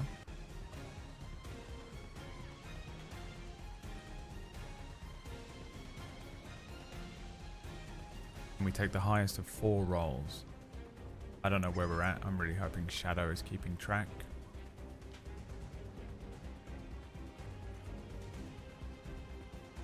As these little snake beak grells come slithering out. Alien, aberrant creatures.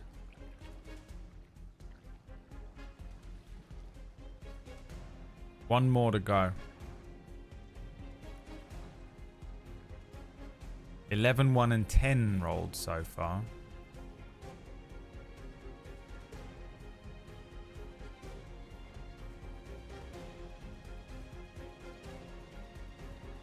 And then an 8. So the 11 being the highest, making that an 18. It's a hit. It's a hit. The arrow flies true. Launching across the sand. The little Grick falling out and slithering forwards is struck.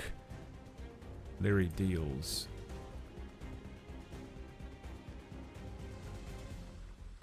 6 damage to the Grick. The lowest you can roll is 6. That was a 1 from me on that roll. What is this? It looks like a joint. I don't know what symbol that is. What's that one? Oh, climbing potion. Oh, it's a little vial. All right. Is that the end of your turn? You want to run forward? You want to run backwards? You want to stay where you are? Any of the mad suggestions from the chat room? I won't put it to a vote. Stay, stay, stay now, baby, if you've got to go away. I won't say that you've gotta stay. I don't know the words.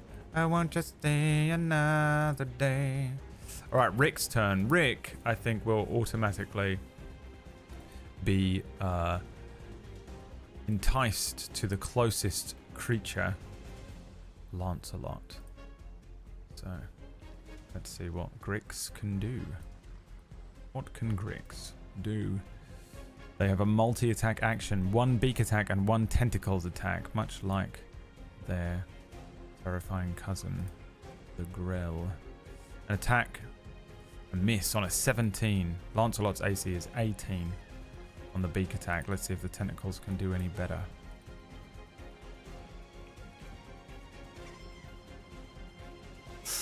Ooh, 19. The tentacles whip out.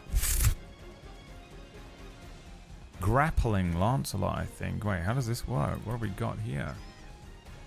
If the target is a medium or smaller creature, it has the grappled condition. 4 tentacles. Strike out at Lancelot. He also takes some damage. He can take 4 damage. And he is grappled. So grappled means he can't move unless the 2024 rules have changed. I can't remember. I need a good website that just lists them nice and easily for me.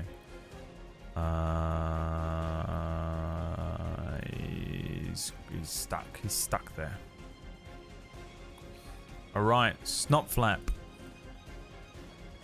Which one will Snotflap attack? I'll roll a 1d2. Left is Rick. Right is Grick.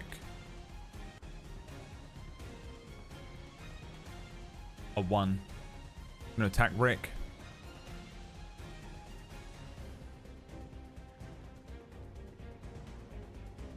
The Warp Strike Dagger.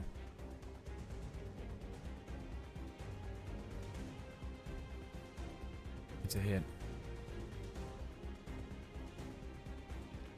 Snotflap dealing 6 damage to Rick. Warping in, striking it, and warping out. Let's see if Rick can successfully make that DC 12 Dex save. Wow, natural 1 failure, so it takes an extra 1d4 of damage. 4 damage to Rick. Okay. Snotflap. Oh shit! Is that a snake? Hey Larry, look! Snakes! Leary already firing an arrow. Yes, I see the snakes. Lancelot. crushing him in his armor as the Grick takes hold. The other Grick's turn now. How far can a Grick move?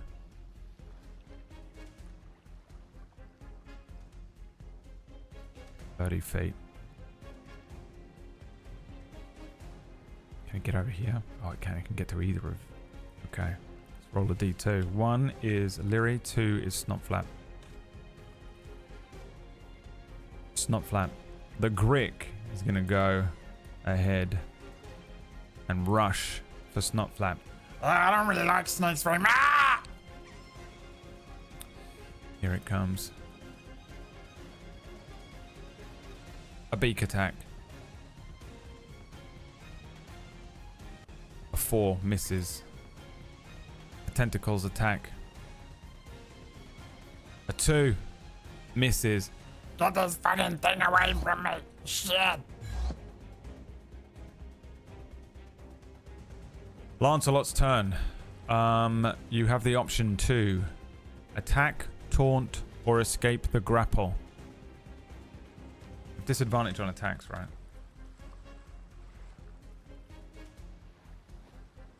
I only know it from...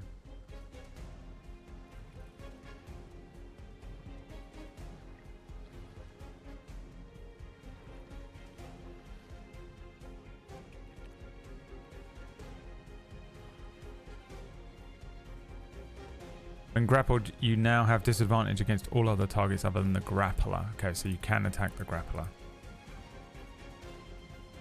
Attack, attack, escape. Attack, escape, attack, escape, attack, escape. Alright. Let's put it to a vote. I'm going to do it in the Twitch chat room, because then I don't lose all of my Leary ones. New poll. Lancelot. Escape. Attack. Taunt. Got 1 minute. In the Twitch chat.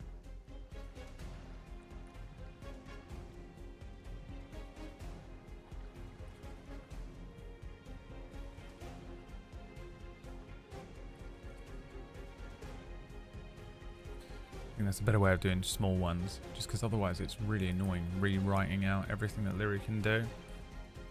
I don't mind doing it if it's worth it, but for something with 3 options, I can do it this way.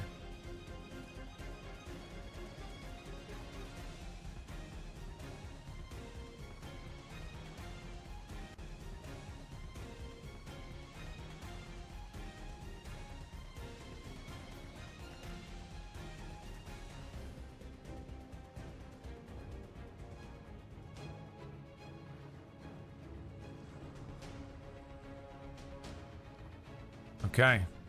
Attack is the plan. Attack Rick. Lancelot pulls out Arendite and swings. A 14 is going to hit.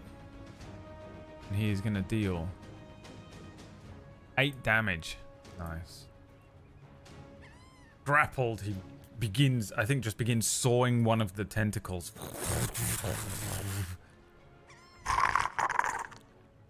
Says the Crick. Leary's turn. And the choice, once again, is yours. Any other creative options in the chat room? You have a couple of seconds to type them now.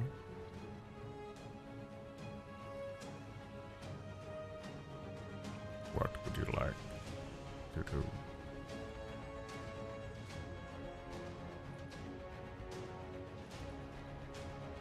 You don't have disadvantage on grapple. Apparently. As long as you're attacking the grappler. Gives you disadvantage against everyone else. What would you like to do?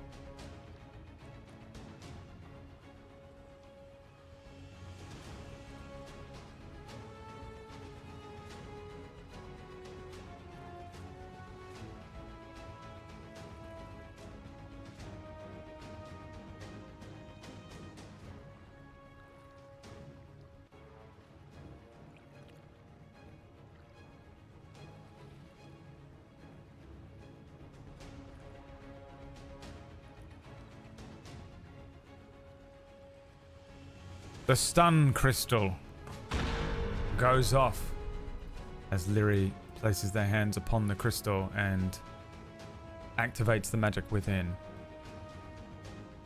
The Gricks now need to make some intelligence saving throws. Let's do Grick first and then Rick. Now Gricks have a -4 to their intelligence saving throw. Is it an int save throw? No, it's not int, is it? What did I say it was? It's wisdom. Fuck. It's Lancelot that does the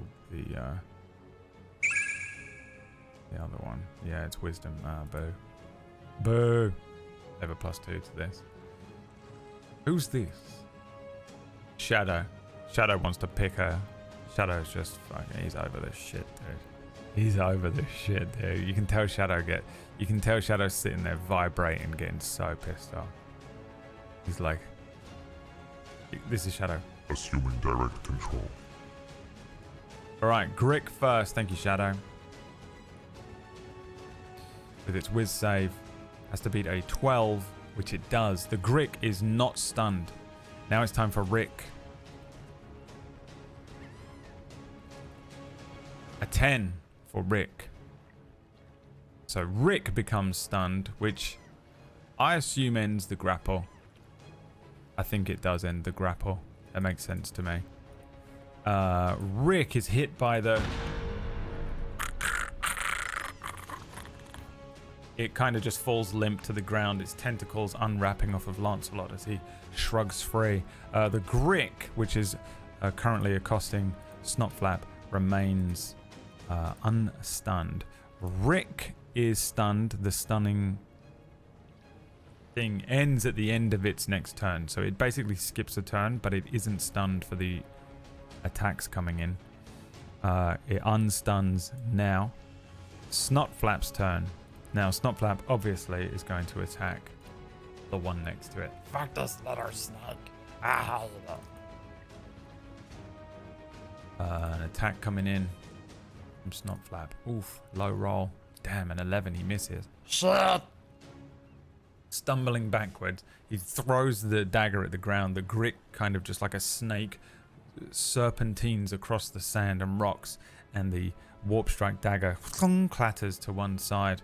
What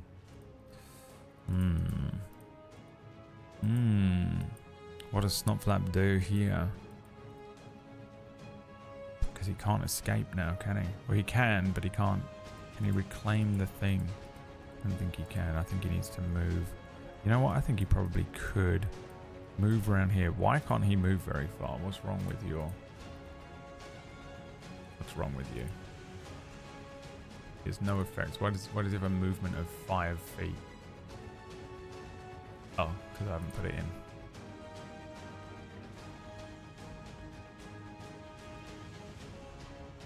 Yeah, I think he grabs that and then just ports 30 feet away.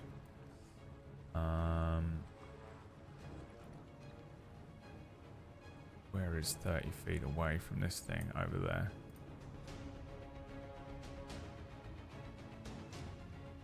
Grick's turn.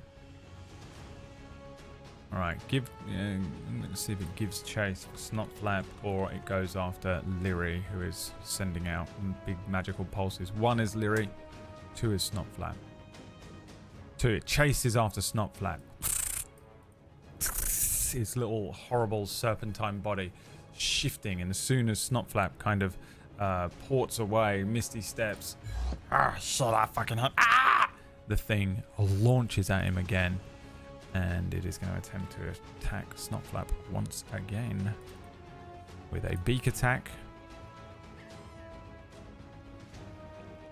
A miss on a 10, and then a tentacle attack.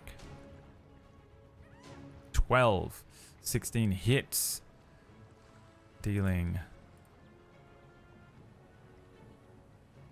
11 damage, immediately bloodying Snotflap, and then Snotflap needs to make a grapple check. I mean, he can kind of just misty step out of it, but we'll do it anyway.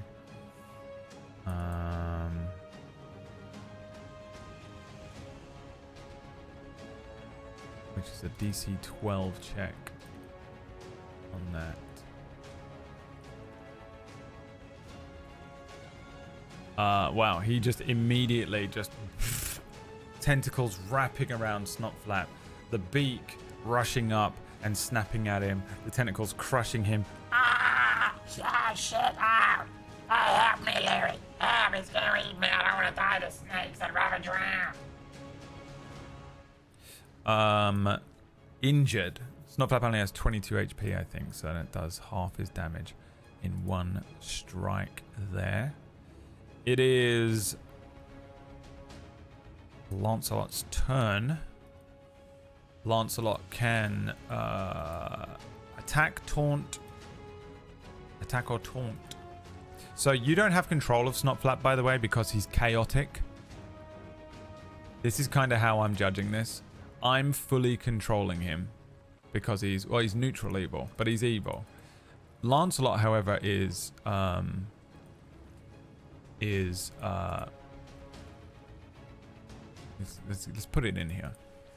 He's lawful good, you know. While he might be a villain in certain timelines and potentialities, he is lawful. So I give you a better command over him. But Snotflap's kind of like that he has that Charizard effect. I'm gonna make him chaotic evil, I think. I think he's more chaotic evil, isn't he? He does shit like jumps at the fucking devil and tries to kill him. Taunt. Alright, which one? Rick or Grick? You can taunt Rick, the one next to you, or you can taunt Grick. You can taunt stuff within 60 feet of you. Rick is the one next to Lancelot. Grick is the one next to Snotflap. Grick. Okay. How does taunt work again? It is an intelligence save, DC 12 intelligence saving throw from the Grick. And he has a -4 to this roll.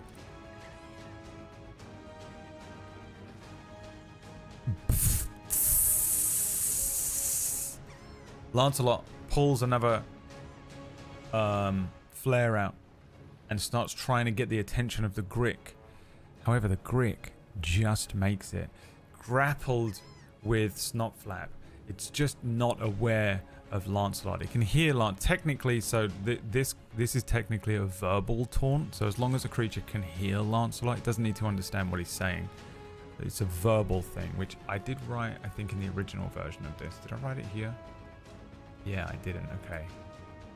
Let me put this in here because it's important. As an action, you can verbally impel a creature within 60 feet. As long as the creature can hear Lancelot, the target must succeed on a blah blah blah blah. So that's how I'm ruling that one. So it's an auditory thing. Okay, Lancelot has that punchable face. You think he has a punchable face?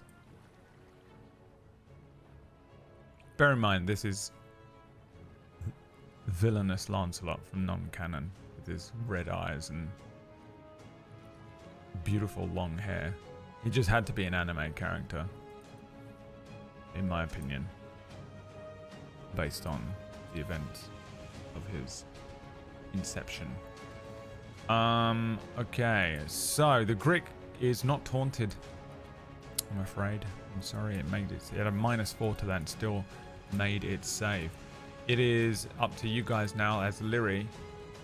What do you want to do? The choice is yours.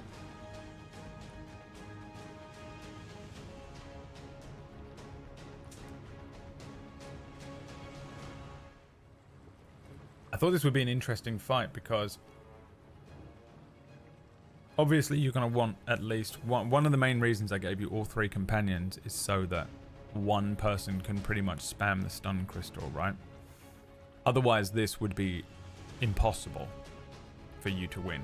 A Grell is CR3, Grick's a CR2, which means this is a harder fight than one Grell. It's way too difficult for a party of this level. at the moment, Lancelot and Snotflap are not equivalent to a level 4 character like Lyri is. They're pretty good. Yeah, I wondered how you would go about it. Whether you would have Lyri be the one using the crystal, Lancelot taunting, and then Snotflap doing the damage, which is what you're doing, or whether you took a different approach. You know, you could have put Lancelot on the crystal and had him taunt over to them, or you could have put Snotflap on the crystal and then been able to have Lyri be the DPS damage dealer. So it's an interesting, I thought it would be an interesting fight for you guys to determine tactics. You know, you ran Lyri straight over to it without question. Off goes the stun crystal again as Lyri interacts with it.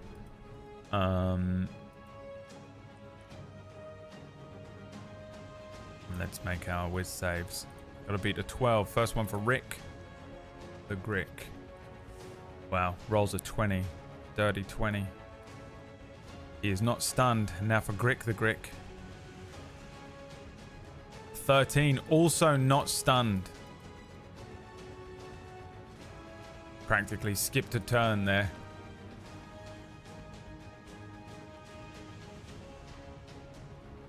Rick's turn. Rick the Grick. Do we have a second action? No. Time to attack. Lancelot in with the beaks. 14 is a miss against Lancelot. Some more tentacles.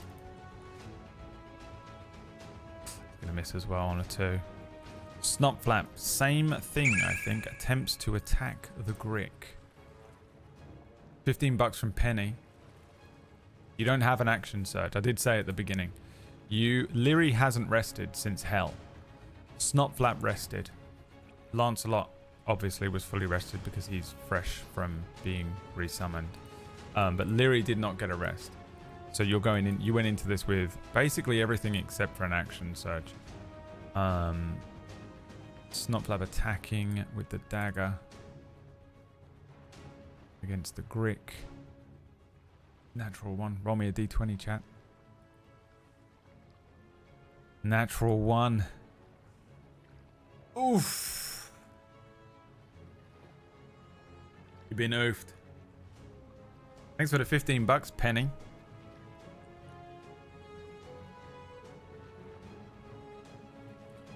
You should have spent that on some Valyrian root or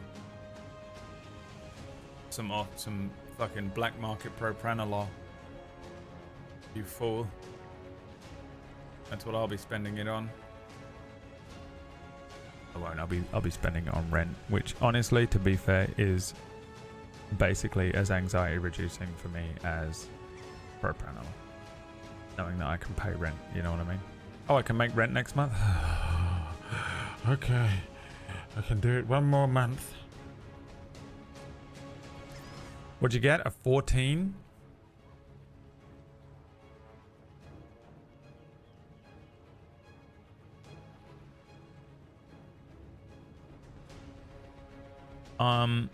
Broken belt or strap. Something essential snaps like a belt or a backpack strap.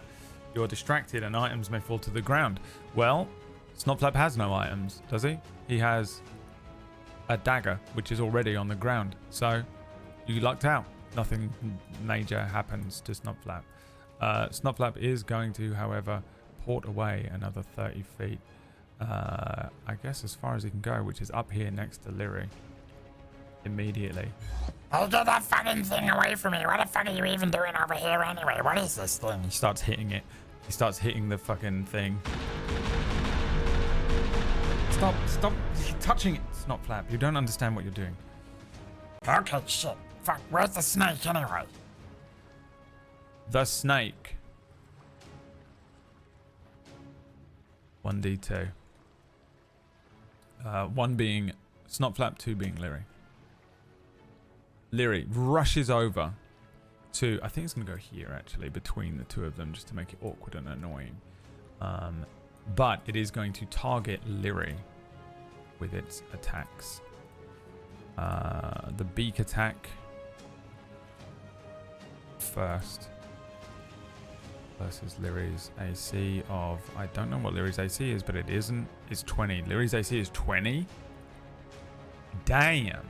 And this thing rolled a 22. Shit, boy. So you will take 9 damage as this fucking thing slithers across the ground and bites the back of Lyri's leg. Oh, that's true. You do actually not have a shield equipped right now. Where is the shield? Here. Unequip that. So it's 16 your AC. Just in time for a tentacle attack.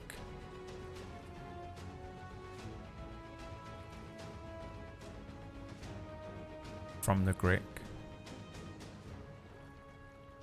A 17. Lucky that AC came down, huh?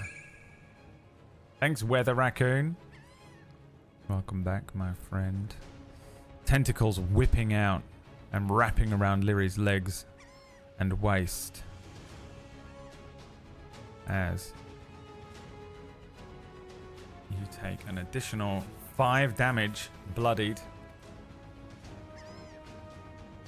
And and you are grappled by the Grick. Lancelot's turn. Taunt or attack? For Lancelot. What is your command, my liege? Alright. Cries Lancelot to the player at the PlayStation 2. This is a PlayStation 2 game, by the way. PlayStation 2 exclusive. Attack, attack, taunt, taunt. Alright, I'll put it to a vote in the chat again.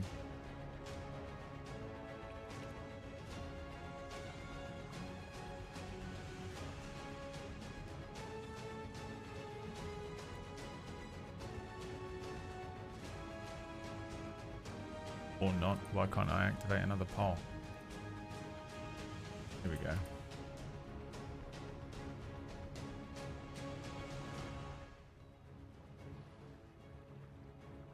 There you go. In the Twitch chat room this time, Lancelot, attack or taunt? The choice is yours. The choice falls once again to the children of the chat room to decide the fate.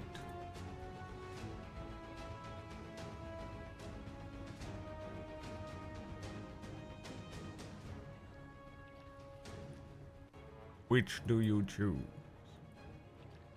I got some gluten-free bread that I'm going to try. I don't think gluten is my problem, but I'm going to run some tests. I still don't believe in gluten-free being a thing. But if it is, that's hilarious and I deserve to be gluten intolerant.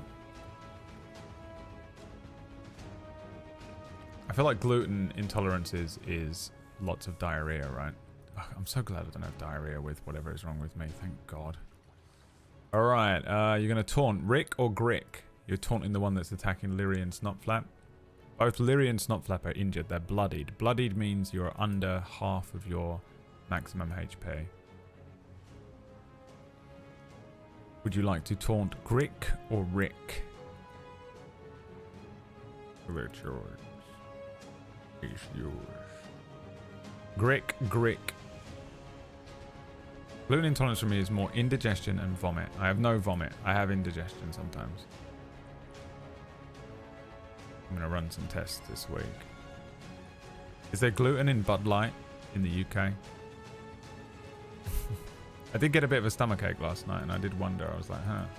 But I've been fine with other beers, so it doesn't make sense. I think it was just completely random. That's the other thing, when you're trying to figure out what's wrong with you, and something like a random stomachache that would have happened anyway happens, and you're like, oh, it must be a clue, and it's not a clue. It's a red herring. It's fucking annoying. All right, taunting Grick, who must make an intelligence saving throw. -4 to this roll. A 7. Grick is taunted. Lancelot shouting and waving and drawing attention to himself, while the other Grick is sort of jumping up at him and scratching his armor and stuff. Manages to distract this Grick. While it has Leary grappled, it will have disadvantage on attack rolls against anything other than Lancelot until the end of Lancelot's next turn. Right, the start of Lancelot's next turn. It's Leary's turn. That's you. What does Leary do?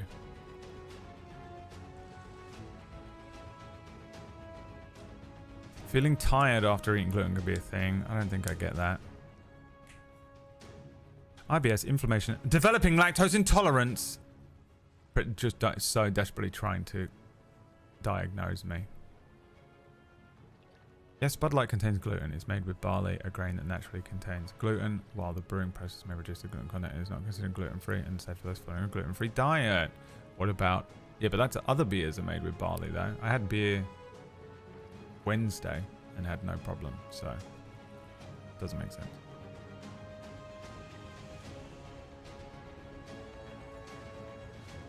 Is there gluten in butter? Dairy butter. You know what would be nice is I find out I'm not dairy intolerant and I am in fact gluten, whatever. And I can have dairy back so I can buy ice cream.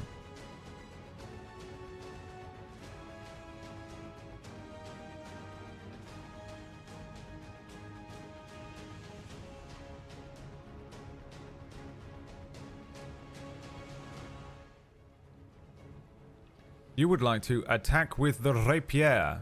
Now this involves dropping the long sword, the longbow, right? And pulling out the rapier, which you can do, but you can't equip the shield. Is that right? Can you equip sword and board straight from longbow without an action? How does that work? You can certainly attack the creature. Roll me a d20. Exclamation point, roll d20 in the chat room. You have a plus... What? You have a +6 to the roll.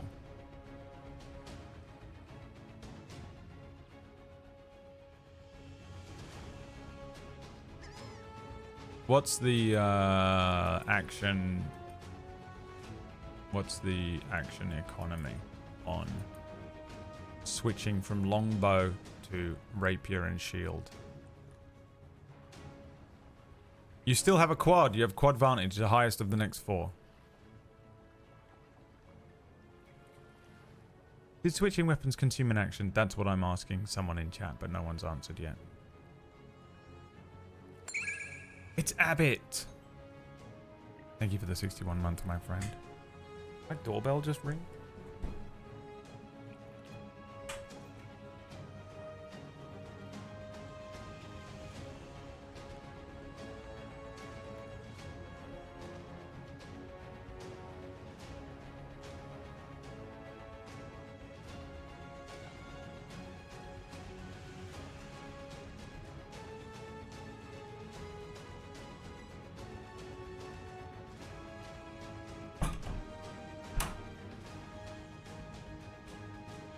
It did ring. There's no one there. I think they changed the rules for 2024. Okay, well, we'll never know, I guess. I'll let you do it. Just this once. I will allow it.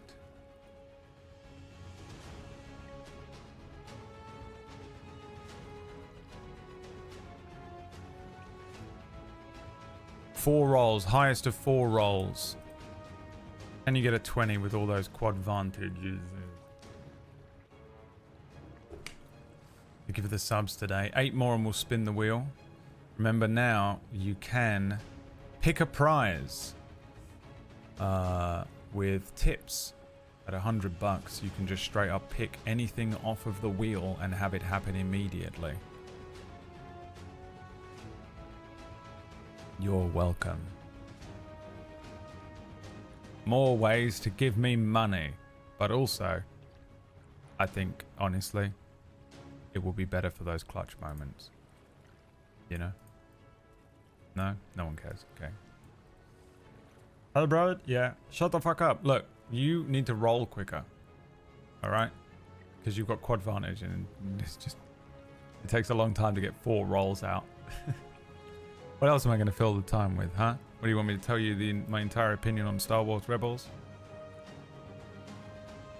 A 15. That's a hit. Congratulations. You deal damage. It's not a crit though, is it? You still going? That was 4, wasn't it? They don't know how to stop.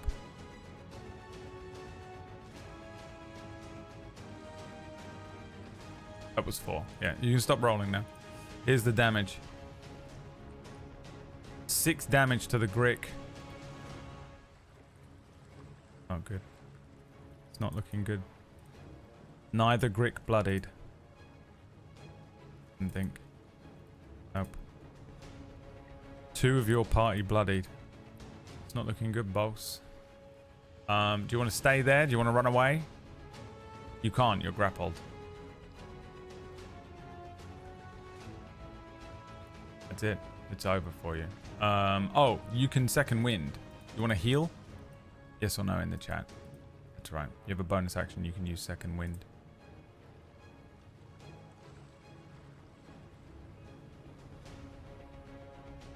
You got 3 of those left. Yes, they scream. All right, so that is a D10 plus 4, right?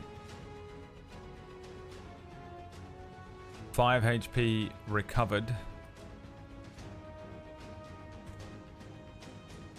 You're unbloodied. As Rick begins an attack on Lancelot. Rick attacks Adon. 13 is a miss. Tentacles coming in. Natty 20 on Lancelot. Oof!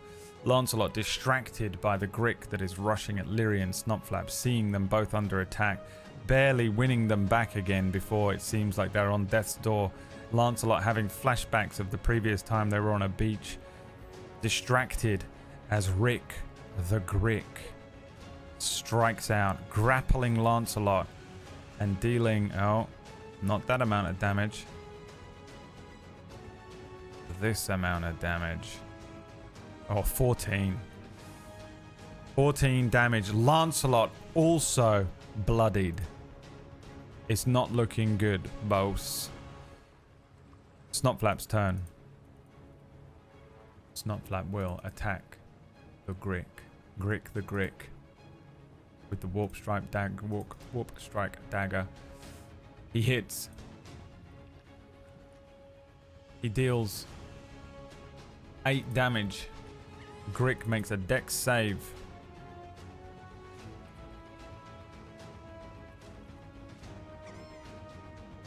A fail. Takes an extra D4 of damage. D4 damager. 3. Extra damage. Not looking good, boss. You're gonna have to do a lot more damage to these Gricks. Snotflap is going to fucking port back over here, I think. Immediately. The Grick grappled with Lyrie will attempt to attack Lyrie, but with a disadvantage on the attack roll because it is distracted by Lancelot. Disadvantage for the beak attack.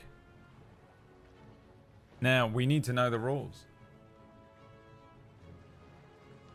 Can you don a shield? Where's all these people that love to tell me the rules I already know, but don't know how to tell me the rules I don't know?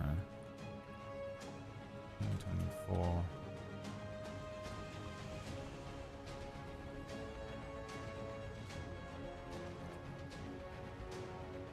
In 2024, drawing a weapon is a free action.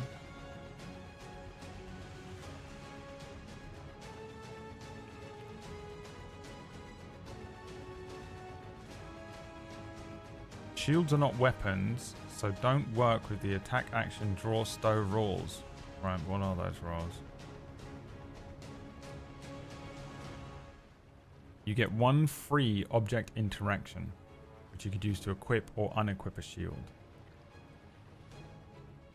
You also, when making an attack as part... Okay, so it's object interaction, which is what you're doing with the stun thing, I guess.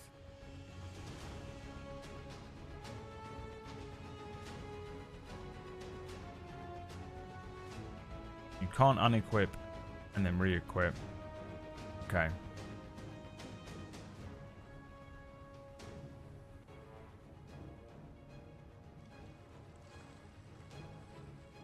So you don't have a shield equipped, is what that means right now. Until your turn. Because you used your turn to equip the sword. Oh wait, no, you used your turn to equip a sword as the attack stow action. As a free action. So shield, I would say you were able to equip. Because you would have been able to use the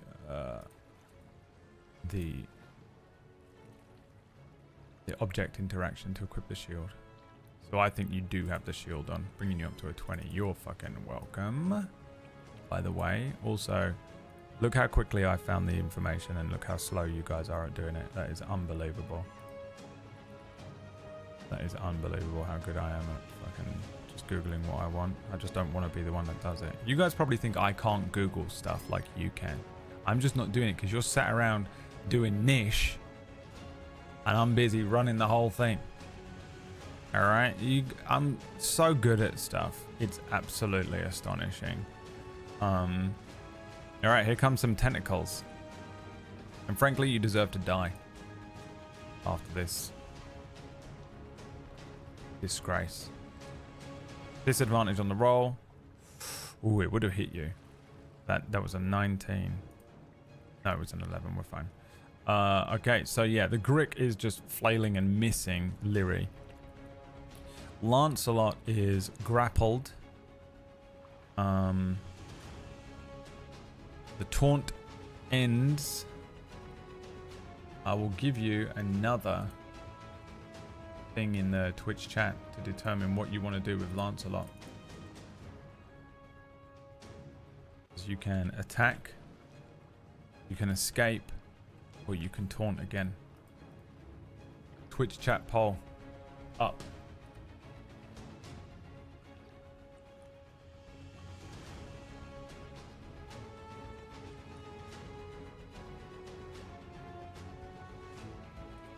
What do you want to do? Attack Rick the Grick. Escape from Rick the Grick's grip. Or taunt one of the Gricks.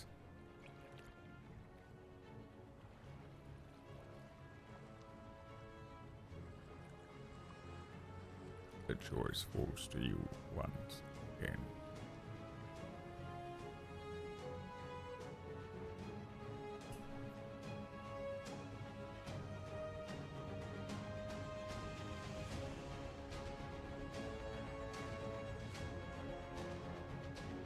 The witch working hard within the hut to close the planar rift that has opened while you deal with the creatures that come spilling in to the material plane. You are choosing to attack Rick the Grick. Okay, here we go. A strike with Arundite. A 13 is a hit. Some damage coming down. 11 damage, nice. Bloodied it.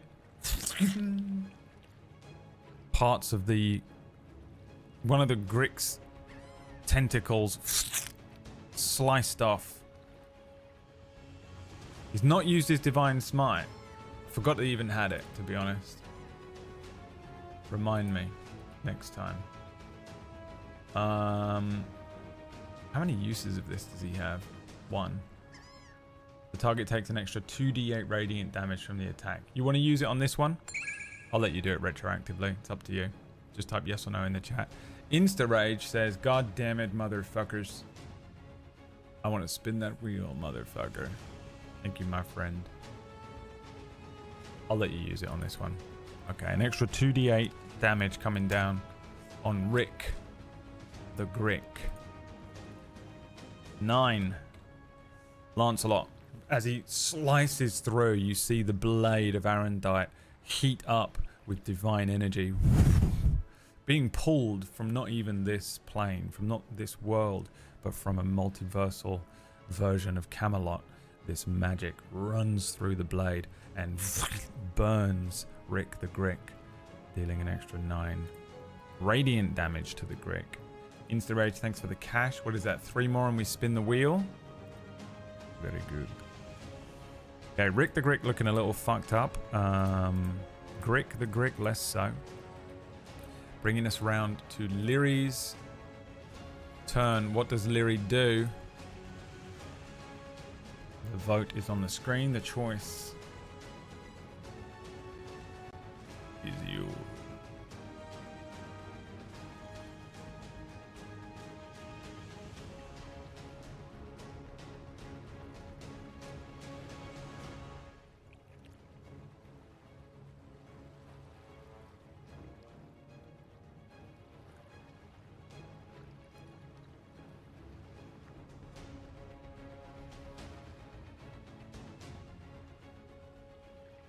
Would you like to strike out with the rapier? Or perhaps you would like to summon Diablos? Or perhaps you would like to use the stun crystal?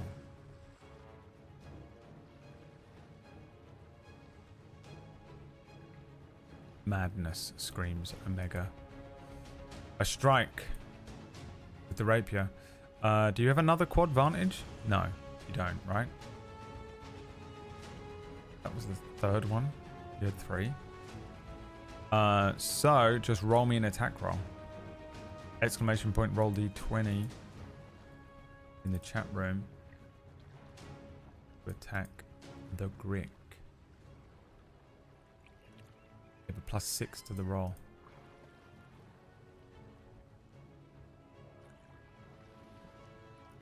A brutal set of fights. Damn, Qmagi says, you motherfucker. Qmagi came flying in the casino door and says, you motherfucker. Spin that motherfucking wheel, bitch. The casino on Sundays. It's like, imagine a casino, but there was just a fucking sick game of D&D happening. That's what this is, isn't it? I'm running D&D at a casino. Which, by the way, is dope as shit. Fuck yeah, it is cool. It's dope as shit and it's cool and you know it. Alright, we'll spin the wheel after this. We'll resolve this roll first. We'll take the second roll. Exclamation point, roll d20. We'll add a 6 to it. Grick's AC is 14. Ooh! Makes it, breaks it. You deal the damage to the Greek, dealing 9 damage to the Greek. Both bloodied now. Both Greeks bloodied. As Lyri deals the damage there. You can use a bonus action to... Here you go. I'll give you another vote in the Twitch chat, I think. You've got a couple options. Bonus action.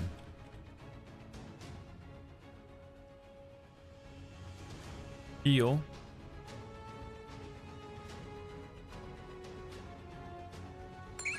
The second wind. Offhand attack. Dagger. You got 1 minute. You got 1 minute to vote on that while I spin this wheel. While I spin this wheel, boy. Thanks for the gifts of Shadow. My son. My boy. You get an instant potion. You get the first random potion that I generate on this completely weird website. You have resistance to necrotic damage for 1d4 hours. You already have resistance to it, so you have a full immunity to necrotic damage temporarily. for the next 4 hours.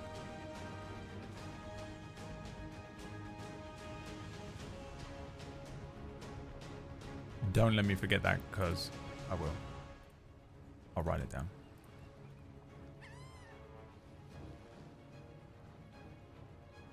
Resistance to necrotic. 4 hours.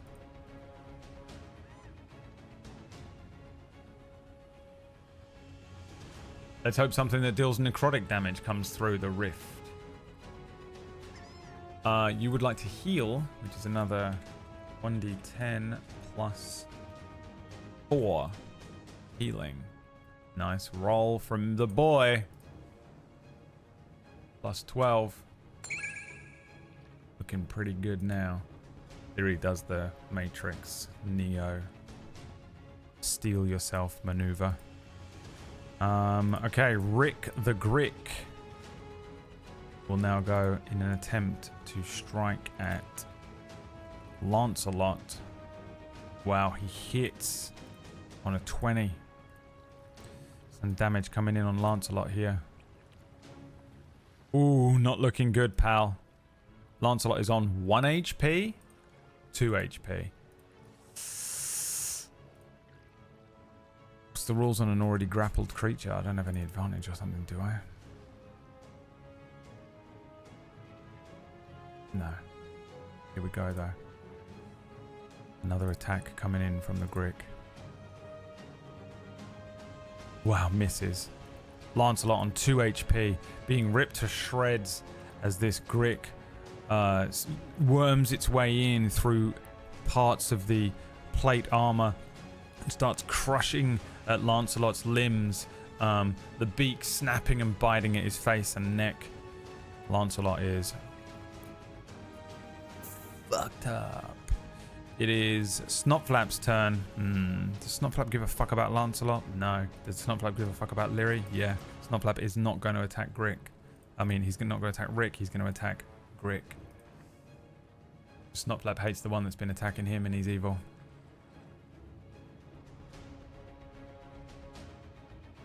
Here comes the attack. A miss. Shit! Oh, Lyri, throw that back to me. I'm not coming to get it. Snotflap staying right there. Grick's turn. Now going to attempt to strike at Lyri. A beak attack. 13 is a miss. A tentacles attack. A 17 is a miss. Lancelot's turn. Lancelot cannot heal himself with the staff because he no longer has the staff. Which reminds me, I needed to give him something in replace of it, but doesn't currently have it. It's whatever the item is inside the witch's hut.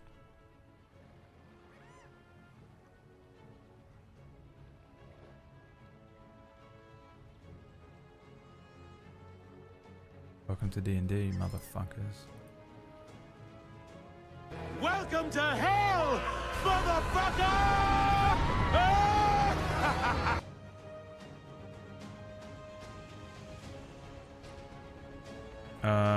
The balance update. Remember, this is season 2. There was a balance update. You should have read the patch notes. Clearly you didn't. That's on you, not me. He left his phone inside. What do you want him to do? Attack, escape, or taunt?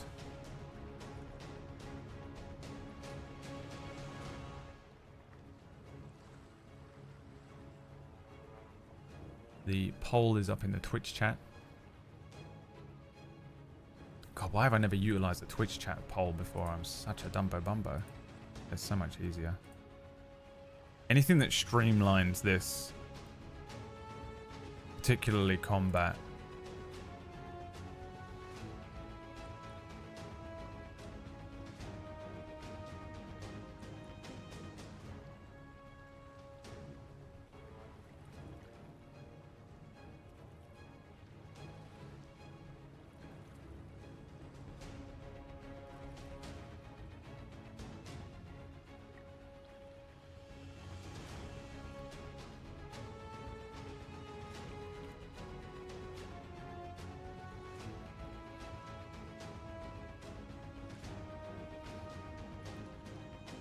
be attack, isn't it? Alright, here we go.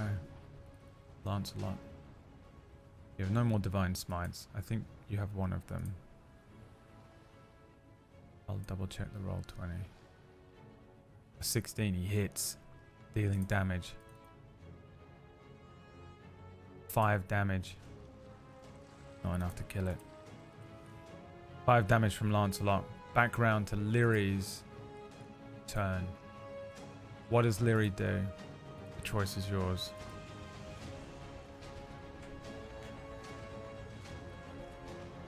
Ooh. Boys, if we hit that $100 mark, I'll do something extra special for you at the end here. I've got some... I was just given some homework that I, quite frankly, don't want to do. And I think you would love doing. Don't you think?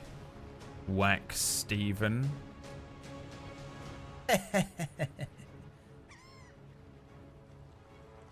Steven doesn't give a shit about anything, dude. Wax Steven doesn't give a shit about anything, dude. That guy is so... He's like a surfer. He's like a surfer, that dude.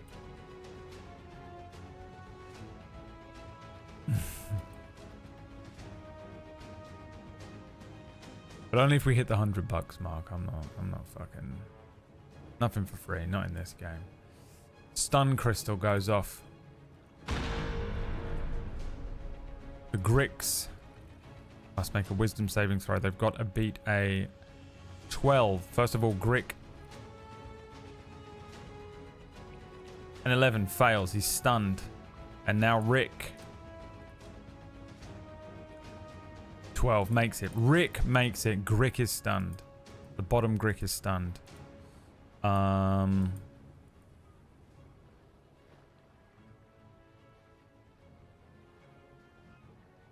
Offhand attack. You don't want to heal one, do you? You want to do an offhand attack with the dagger. Start rolling. Lyri places a hand on the crystal and swipes wildly at the Grick. Make me an attack roll. You have a plus bone dagger, offhand attack. Plus 6 to hit.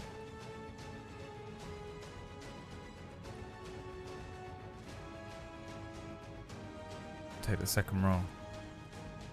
The AC of a Grick is 14. Yes, the Grick.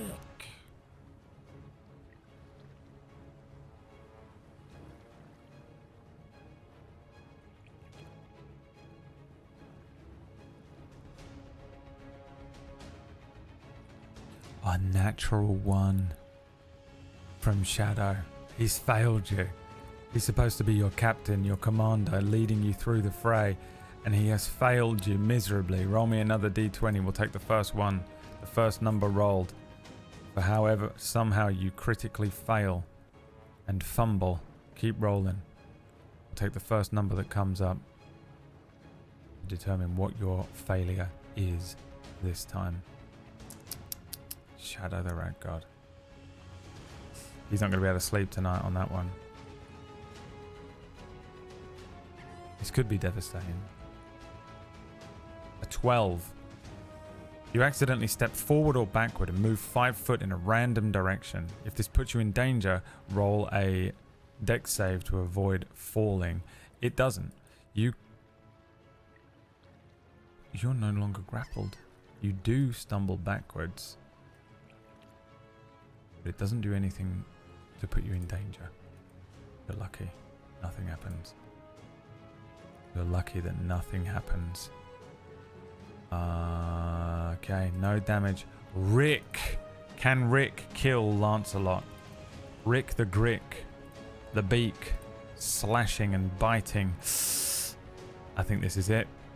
I think this is it. Bites through Lancelot's neck. Lancelot on death saving throws.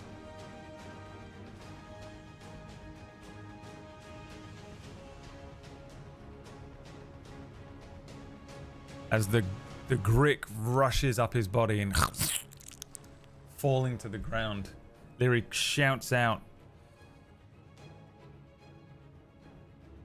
Snopflap. Oh, yes, that's from me, but the knife. Oh, shit. I'm gonna roll D20. If Snopflap rolls under a 10, he is not getting involved. A 4. I can throw the knife. Grick's turn. Going to attempt to... Oh no, the Grick is stunned. Lancelot. Death save for Lancelot. He doesn't have a real sheet, so I just have to roll him a d20. A death save for Lancelot. 1 fail. He gets 3 fails. He is dead. Which basically means when it gets to Rick's turn, because Rick is going to eat him. It's Lyri's turn. You have this turn to do something to potentially save Lancelot. What would you like to do?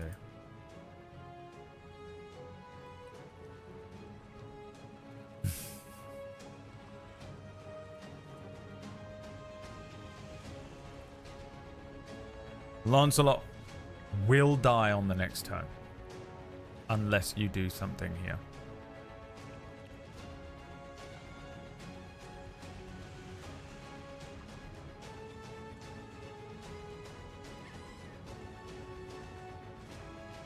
And it will be true dare. It will be the true dare.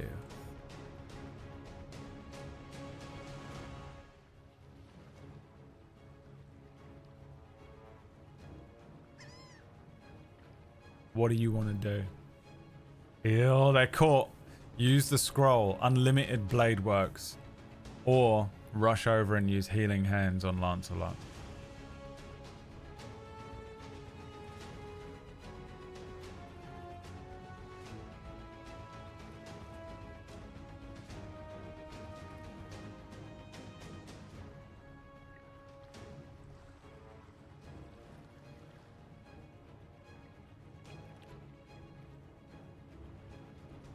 The choice is healing hands.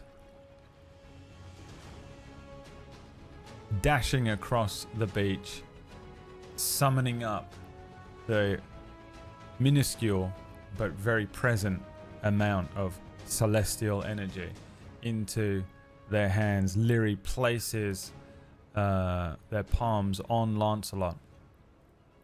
Lancelot awakens as he heals for, what is it? It's just straight up 4, isn't it? Isn't it just 4 HP that you do here with this thing?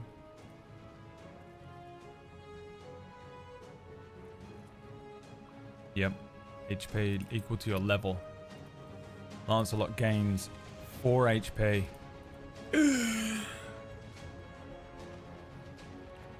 Rick the Grick is still going to attempt to attack him. Lancelot is prone, so the Grick has advantage on this attack roll, I'm afraid. Dealing a grand total of 8 damage. Lancelot immediately goes back down again. A tentacles attack. Well, he's just unconscious. This is just... He's still making an attack roll? Yeah. With advantage, and it's a crit, right? Misses. Right? Okay, Lancelot, unconscious, once again. On death saves. But basically you reset it. Snotflap says, Nothing ain't moving. ports over, grabs his knife, and attacks the Grick.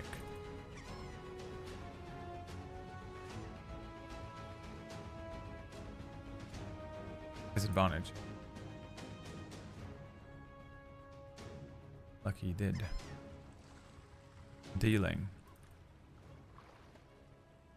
9 damage to the Grick, and then running away. Back over there on his legs. He can't port again. Grick comes to a D2 here. 1 is Snotflap, 2 is Leary, who this Grick goes after. Suddenly caught, catching the Grick's eyes, Snotflap running away. The Grick attempts to strike at Snotflap again. Biting first.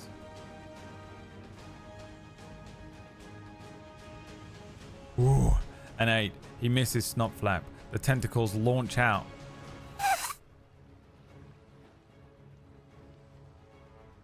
A 12. He misses. Shit.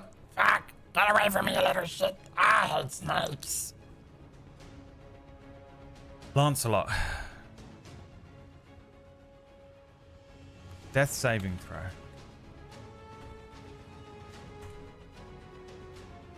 One make. Leary's turn. What does Leary do? I'll give you a second to come up with some creative options if you want. Lancelot currently unconscious on the ground next to you. Rick the Grick looking pretty injured. Both Gricks are pretty injured.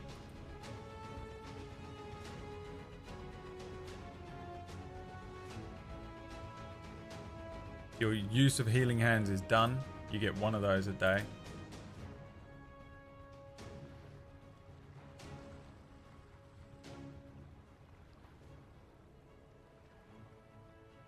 What do you do?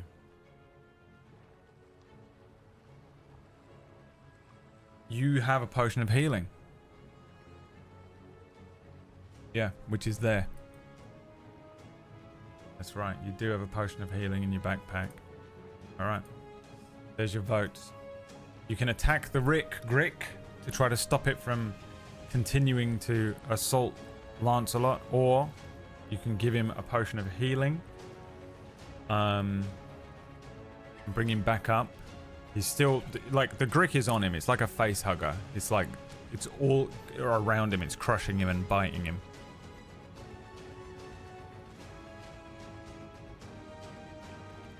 The Grick is not suddenly distracted by you arriving. It's just an animal that's eating Lancelot right now and crushing him like a python.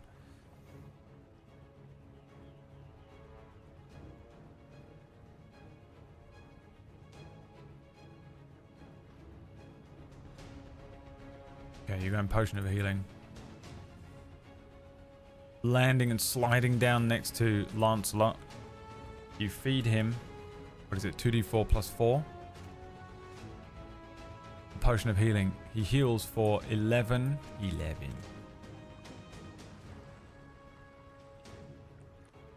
HP. If you move here, you can attack the Rick. Attack the Rick. Give me an attack roll. You have a +6 to hit with the knife.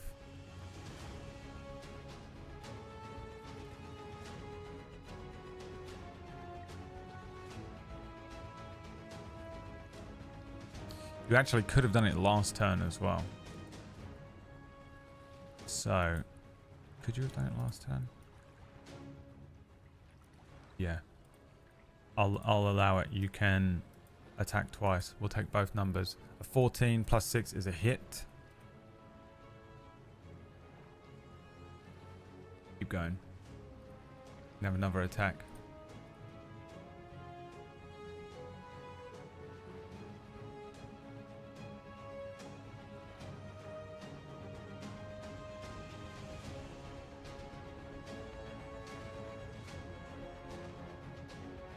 7 damage dealt to him. And then a 10 is a hit as well. Let's see if you can kill it. Another 7. You kill it. Feeding the potion to Lancelot with one hand and then bringing the bone dagger down through the top of the Grick's head, crushing it into the sand.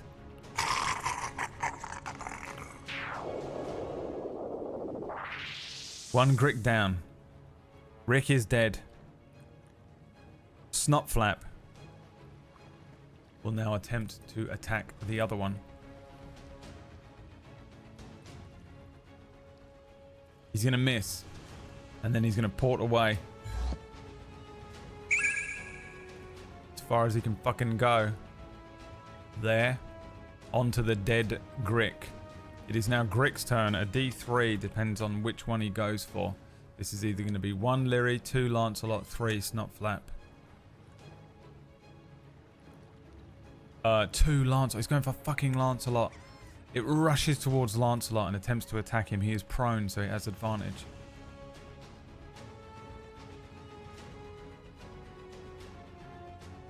The beak snapping out at Lancelot as he scrambles backwards. A miss. The tentacles attempting to wrap themselves around him. A 14 is a miss. It's Lancelot's turn. He stands up. He's going to attack it, right? The Bloodlust. He gets a fucking nat 20.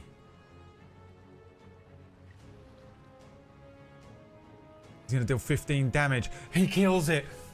He stands up. He's fucked up. His armor's all bent in places. His body's all... He's got broken ribs and shit. Blood running down his face. A horrible wound on his neck.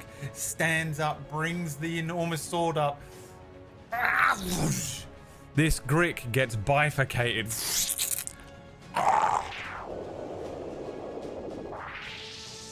The second Grick is destroyed at the end of Lancelot's turn.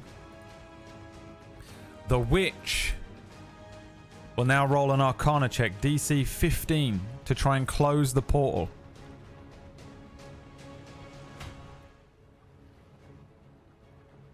Fails.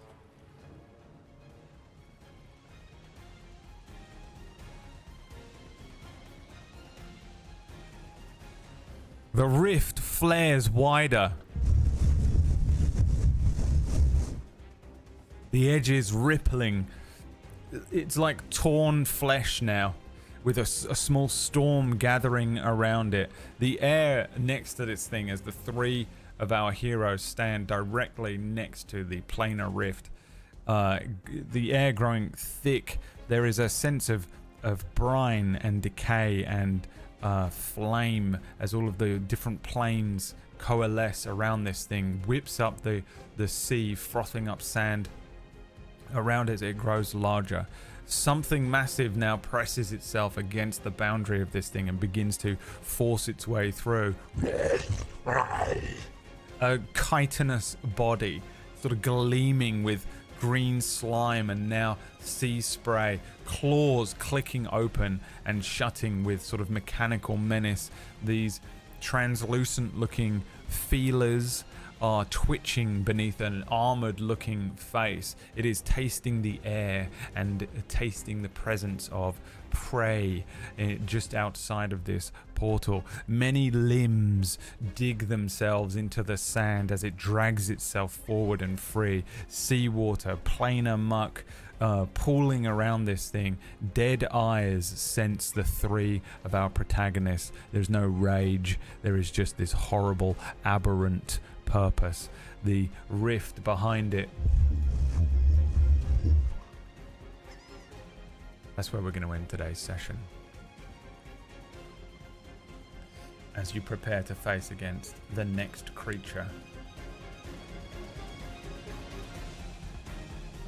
Round 3. Round 3. We'll begin. Next week. This is going to be brutal, by the way.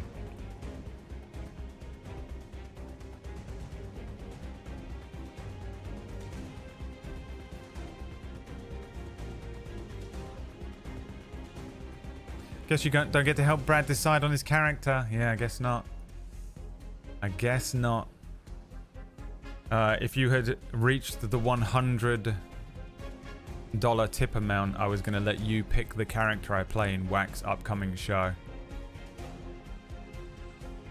Guess you didn't want to win that prize, so it's all good. It's all good, but I would have let you pick it. It's all good, but don't worry about it. It's all good, but don't worry about it, I guess. I was going to leave it to you, my beloved children. Jules, thanks for the sub. Will this do anything? No. Did you have a wheel spin? I'll have a quick look. No, 35. How much were you away? 20 bucks, does that say? Or 10 bucks? 20 bucks away? Last order, I'll let you do it right now. Last order, 20 bucks. Or we're out of here. I'll give you until I finish drinking this sip of water.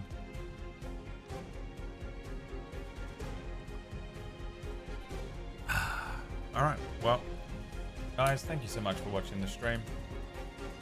Chicklet, extending the water drink.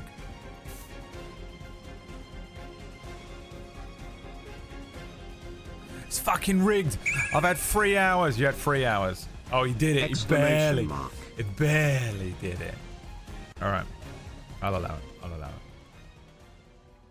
I won't be a bastard. First of all, you get to, we'll say, start of next week, you get to pick a prize. I'll let you do it at the beginning of next week so that we're in the session when you do it. Pick a prize. Added. If I think of it, I will give Lancelot his replacement for the Rod of Resurrection. You don't have the quad damages. You do have resistance to necrotic damage. I don't know if it's going to help. It's not a procedurally generated character. I have 2 characters that I posed to Whack. I made 2 characters, but they're fundamentally quite different. I'm not going to tell you everything about them. I'm going to give you the vibe. And you can pick the vibe. Yeah, Whack? Is that how shall I do it? Pick the vibe? If I give them too much information, they will definitely pick the one I think they will pick. There's one that I know that they will pick if I just give them the facts. So it has to be done in a different way. You must be treated like the animals you are. Pick Brad's next D&D character. And this is for Whack's upcoming Friday show that will be in a few weeks. It's a little while off yet. But he's doing the pre-production for it. So we need to get it finished.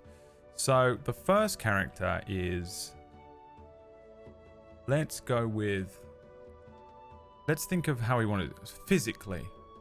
Let's think of them physically. Sexy. Right? Moody. Dark. Not suave. Not suave. I would say psychopathic. And I would say warlock. A sexy, moody, dark, psychopathic warlock. The second one is drunk.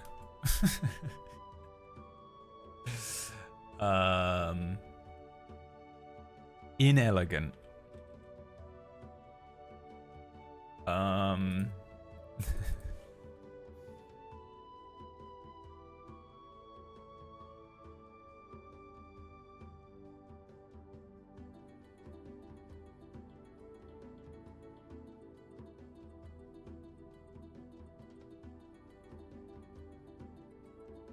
Unlucky.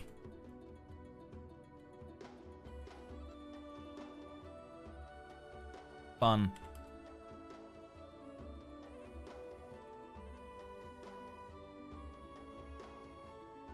Fighter.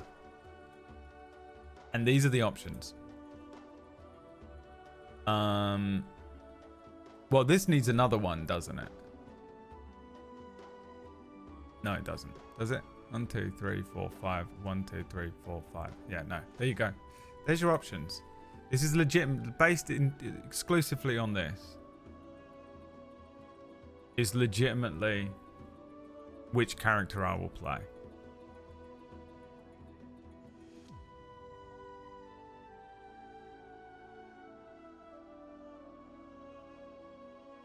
Either way, they will be wearing the shirt that just arrived through the door during this.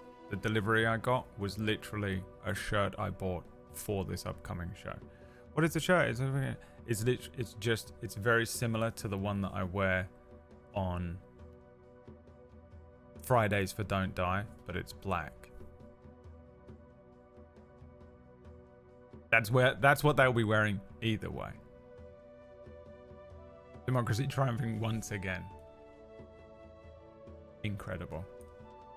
I'm gonna put this in here so that PB can see it later on.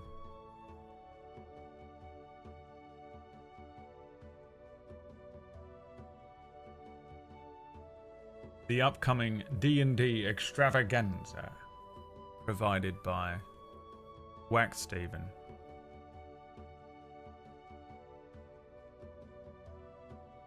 Alright, we done? You made your choices? Okay. The choice is made. Shall I tell them, Whack? No, I shouldn't, should I? We should wait. Let them see. We let them see. Time to play a drunk, inelegant, unlucky, fun fighter. I'm going to copy paste that into my character notes.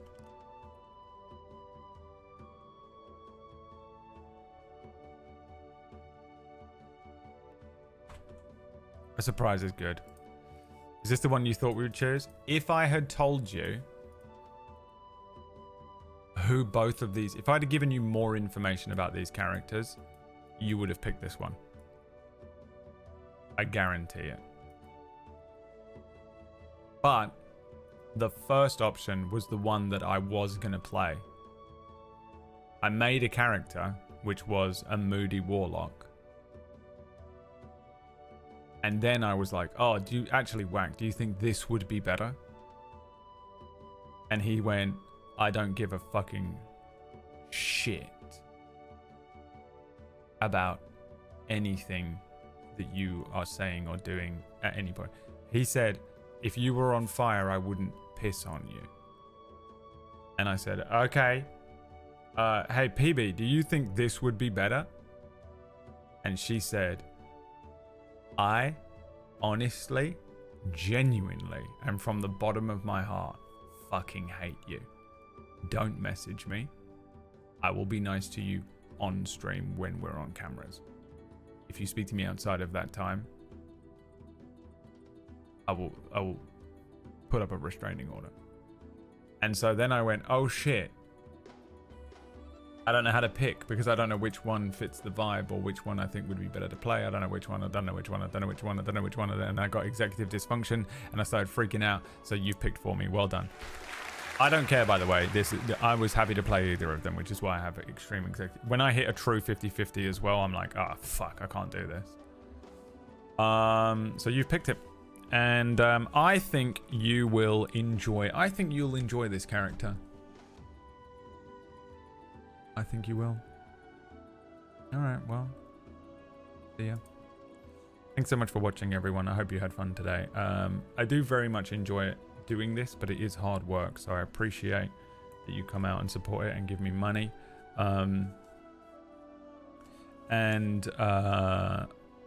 Everybody that tipped or gave me a little sub today or a gift sub or something, I appreciate you. If you enjoyed playing and you didn't, that's fine too. It's all good. You don't have to pay to play. It's just that this is the only thing keeping me alive, and you know, if I don't know how else to make money for myself, so this is my only skill at this point, is being a DM. So it's very fun though. I genuinely really enjoy it, and it is worth it. So we'll carry on with the planar gauntlet next week, and reminder that tomorrow me and PB are playing a game together. we're going to be playing Unravel 2 for the next however long that game is. I have no idea. Let me have a look how long that game is actually. Unravel 2, how long to beat? Oh, we're going to do it in one stream. No, maybe two. We'll do it in 2 streams.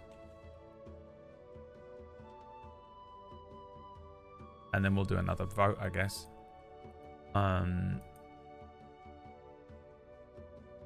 So Unravel 2 tomorrow. The game will start, I think, at 3 UK time, which is 10 Eastern. Is that right? 11 Eastern? Yeah, no, I don't know. I can't do it. I'm tired. And if you like more D&D stuff, then why not check out Table Story? Table Story is where I run D&D games predominantly. Tuesdays we have Side Quest. Side quest. And tonight we have Vampire the Masquerade. Kind of on Table Story with a show called Deathless, which I'm looking forward to. I'm gonna go and make a lot of food and eat all of it before I pass out. I appreciate you watching the stream and supporting the stream. I hope you had a wonderful time, and I'll see you whenever I see you. More D&D next Sunday. Peace. Bye.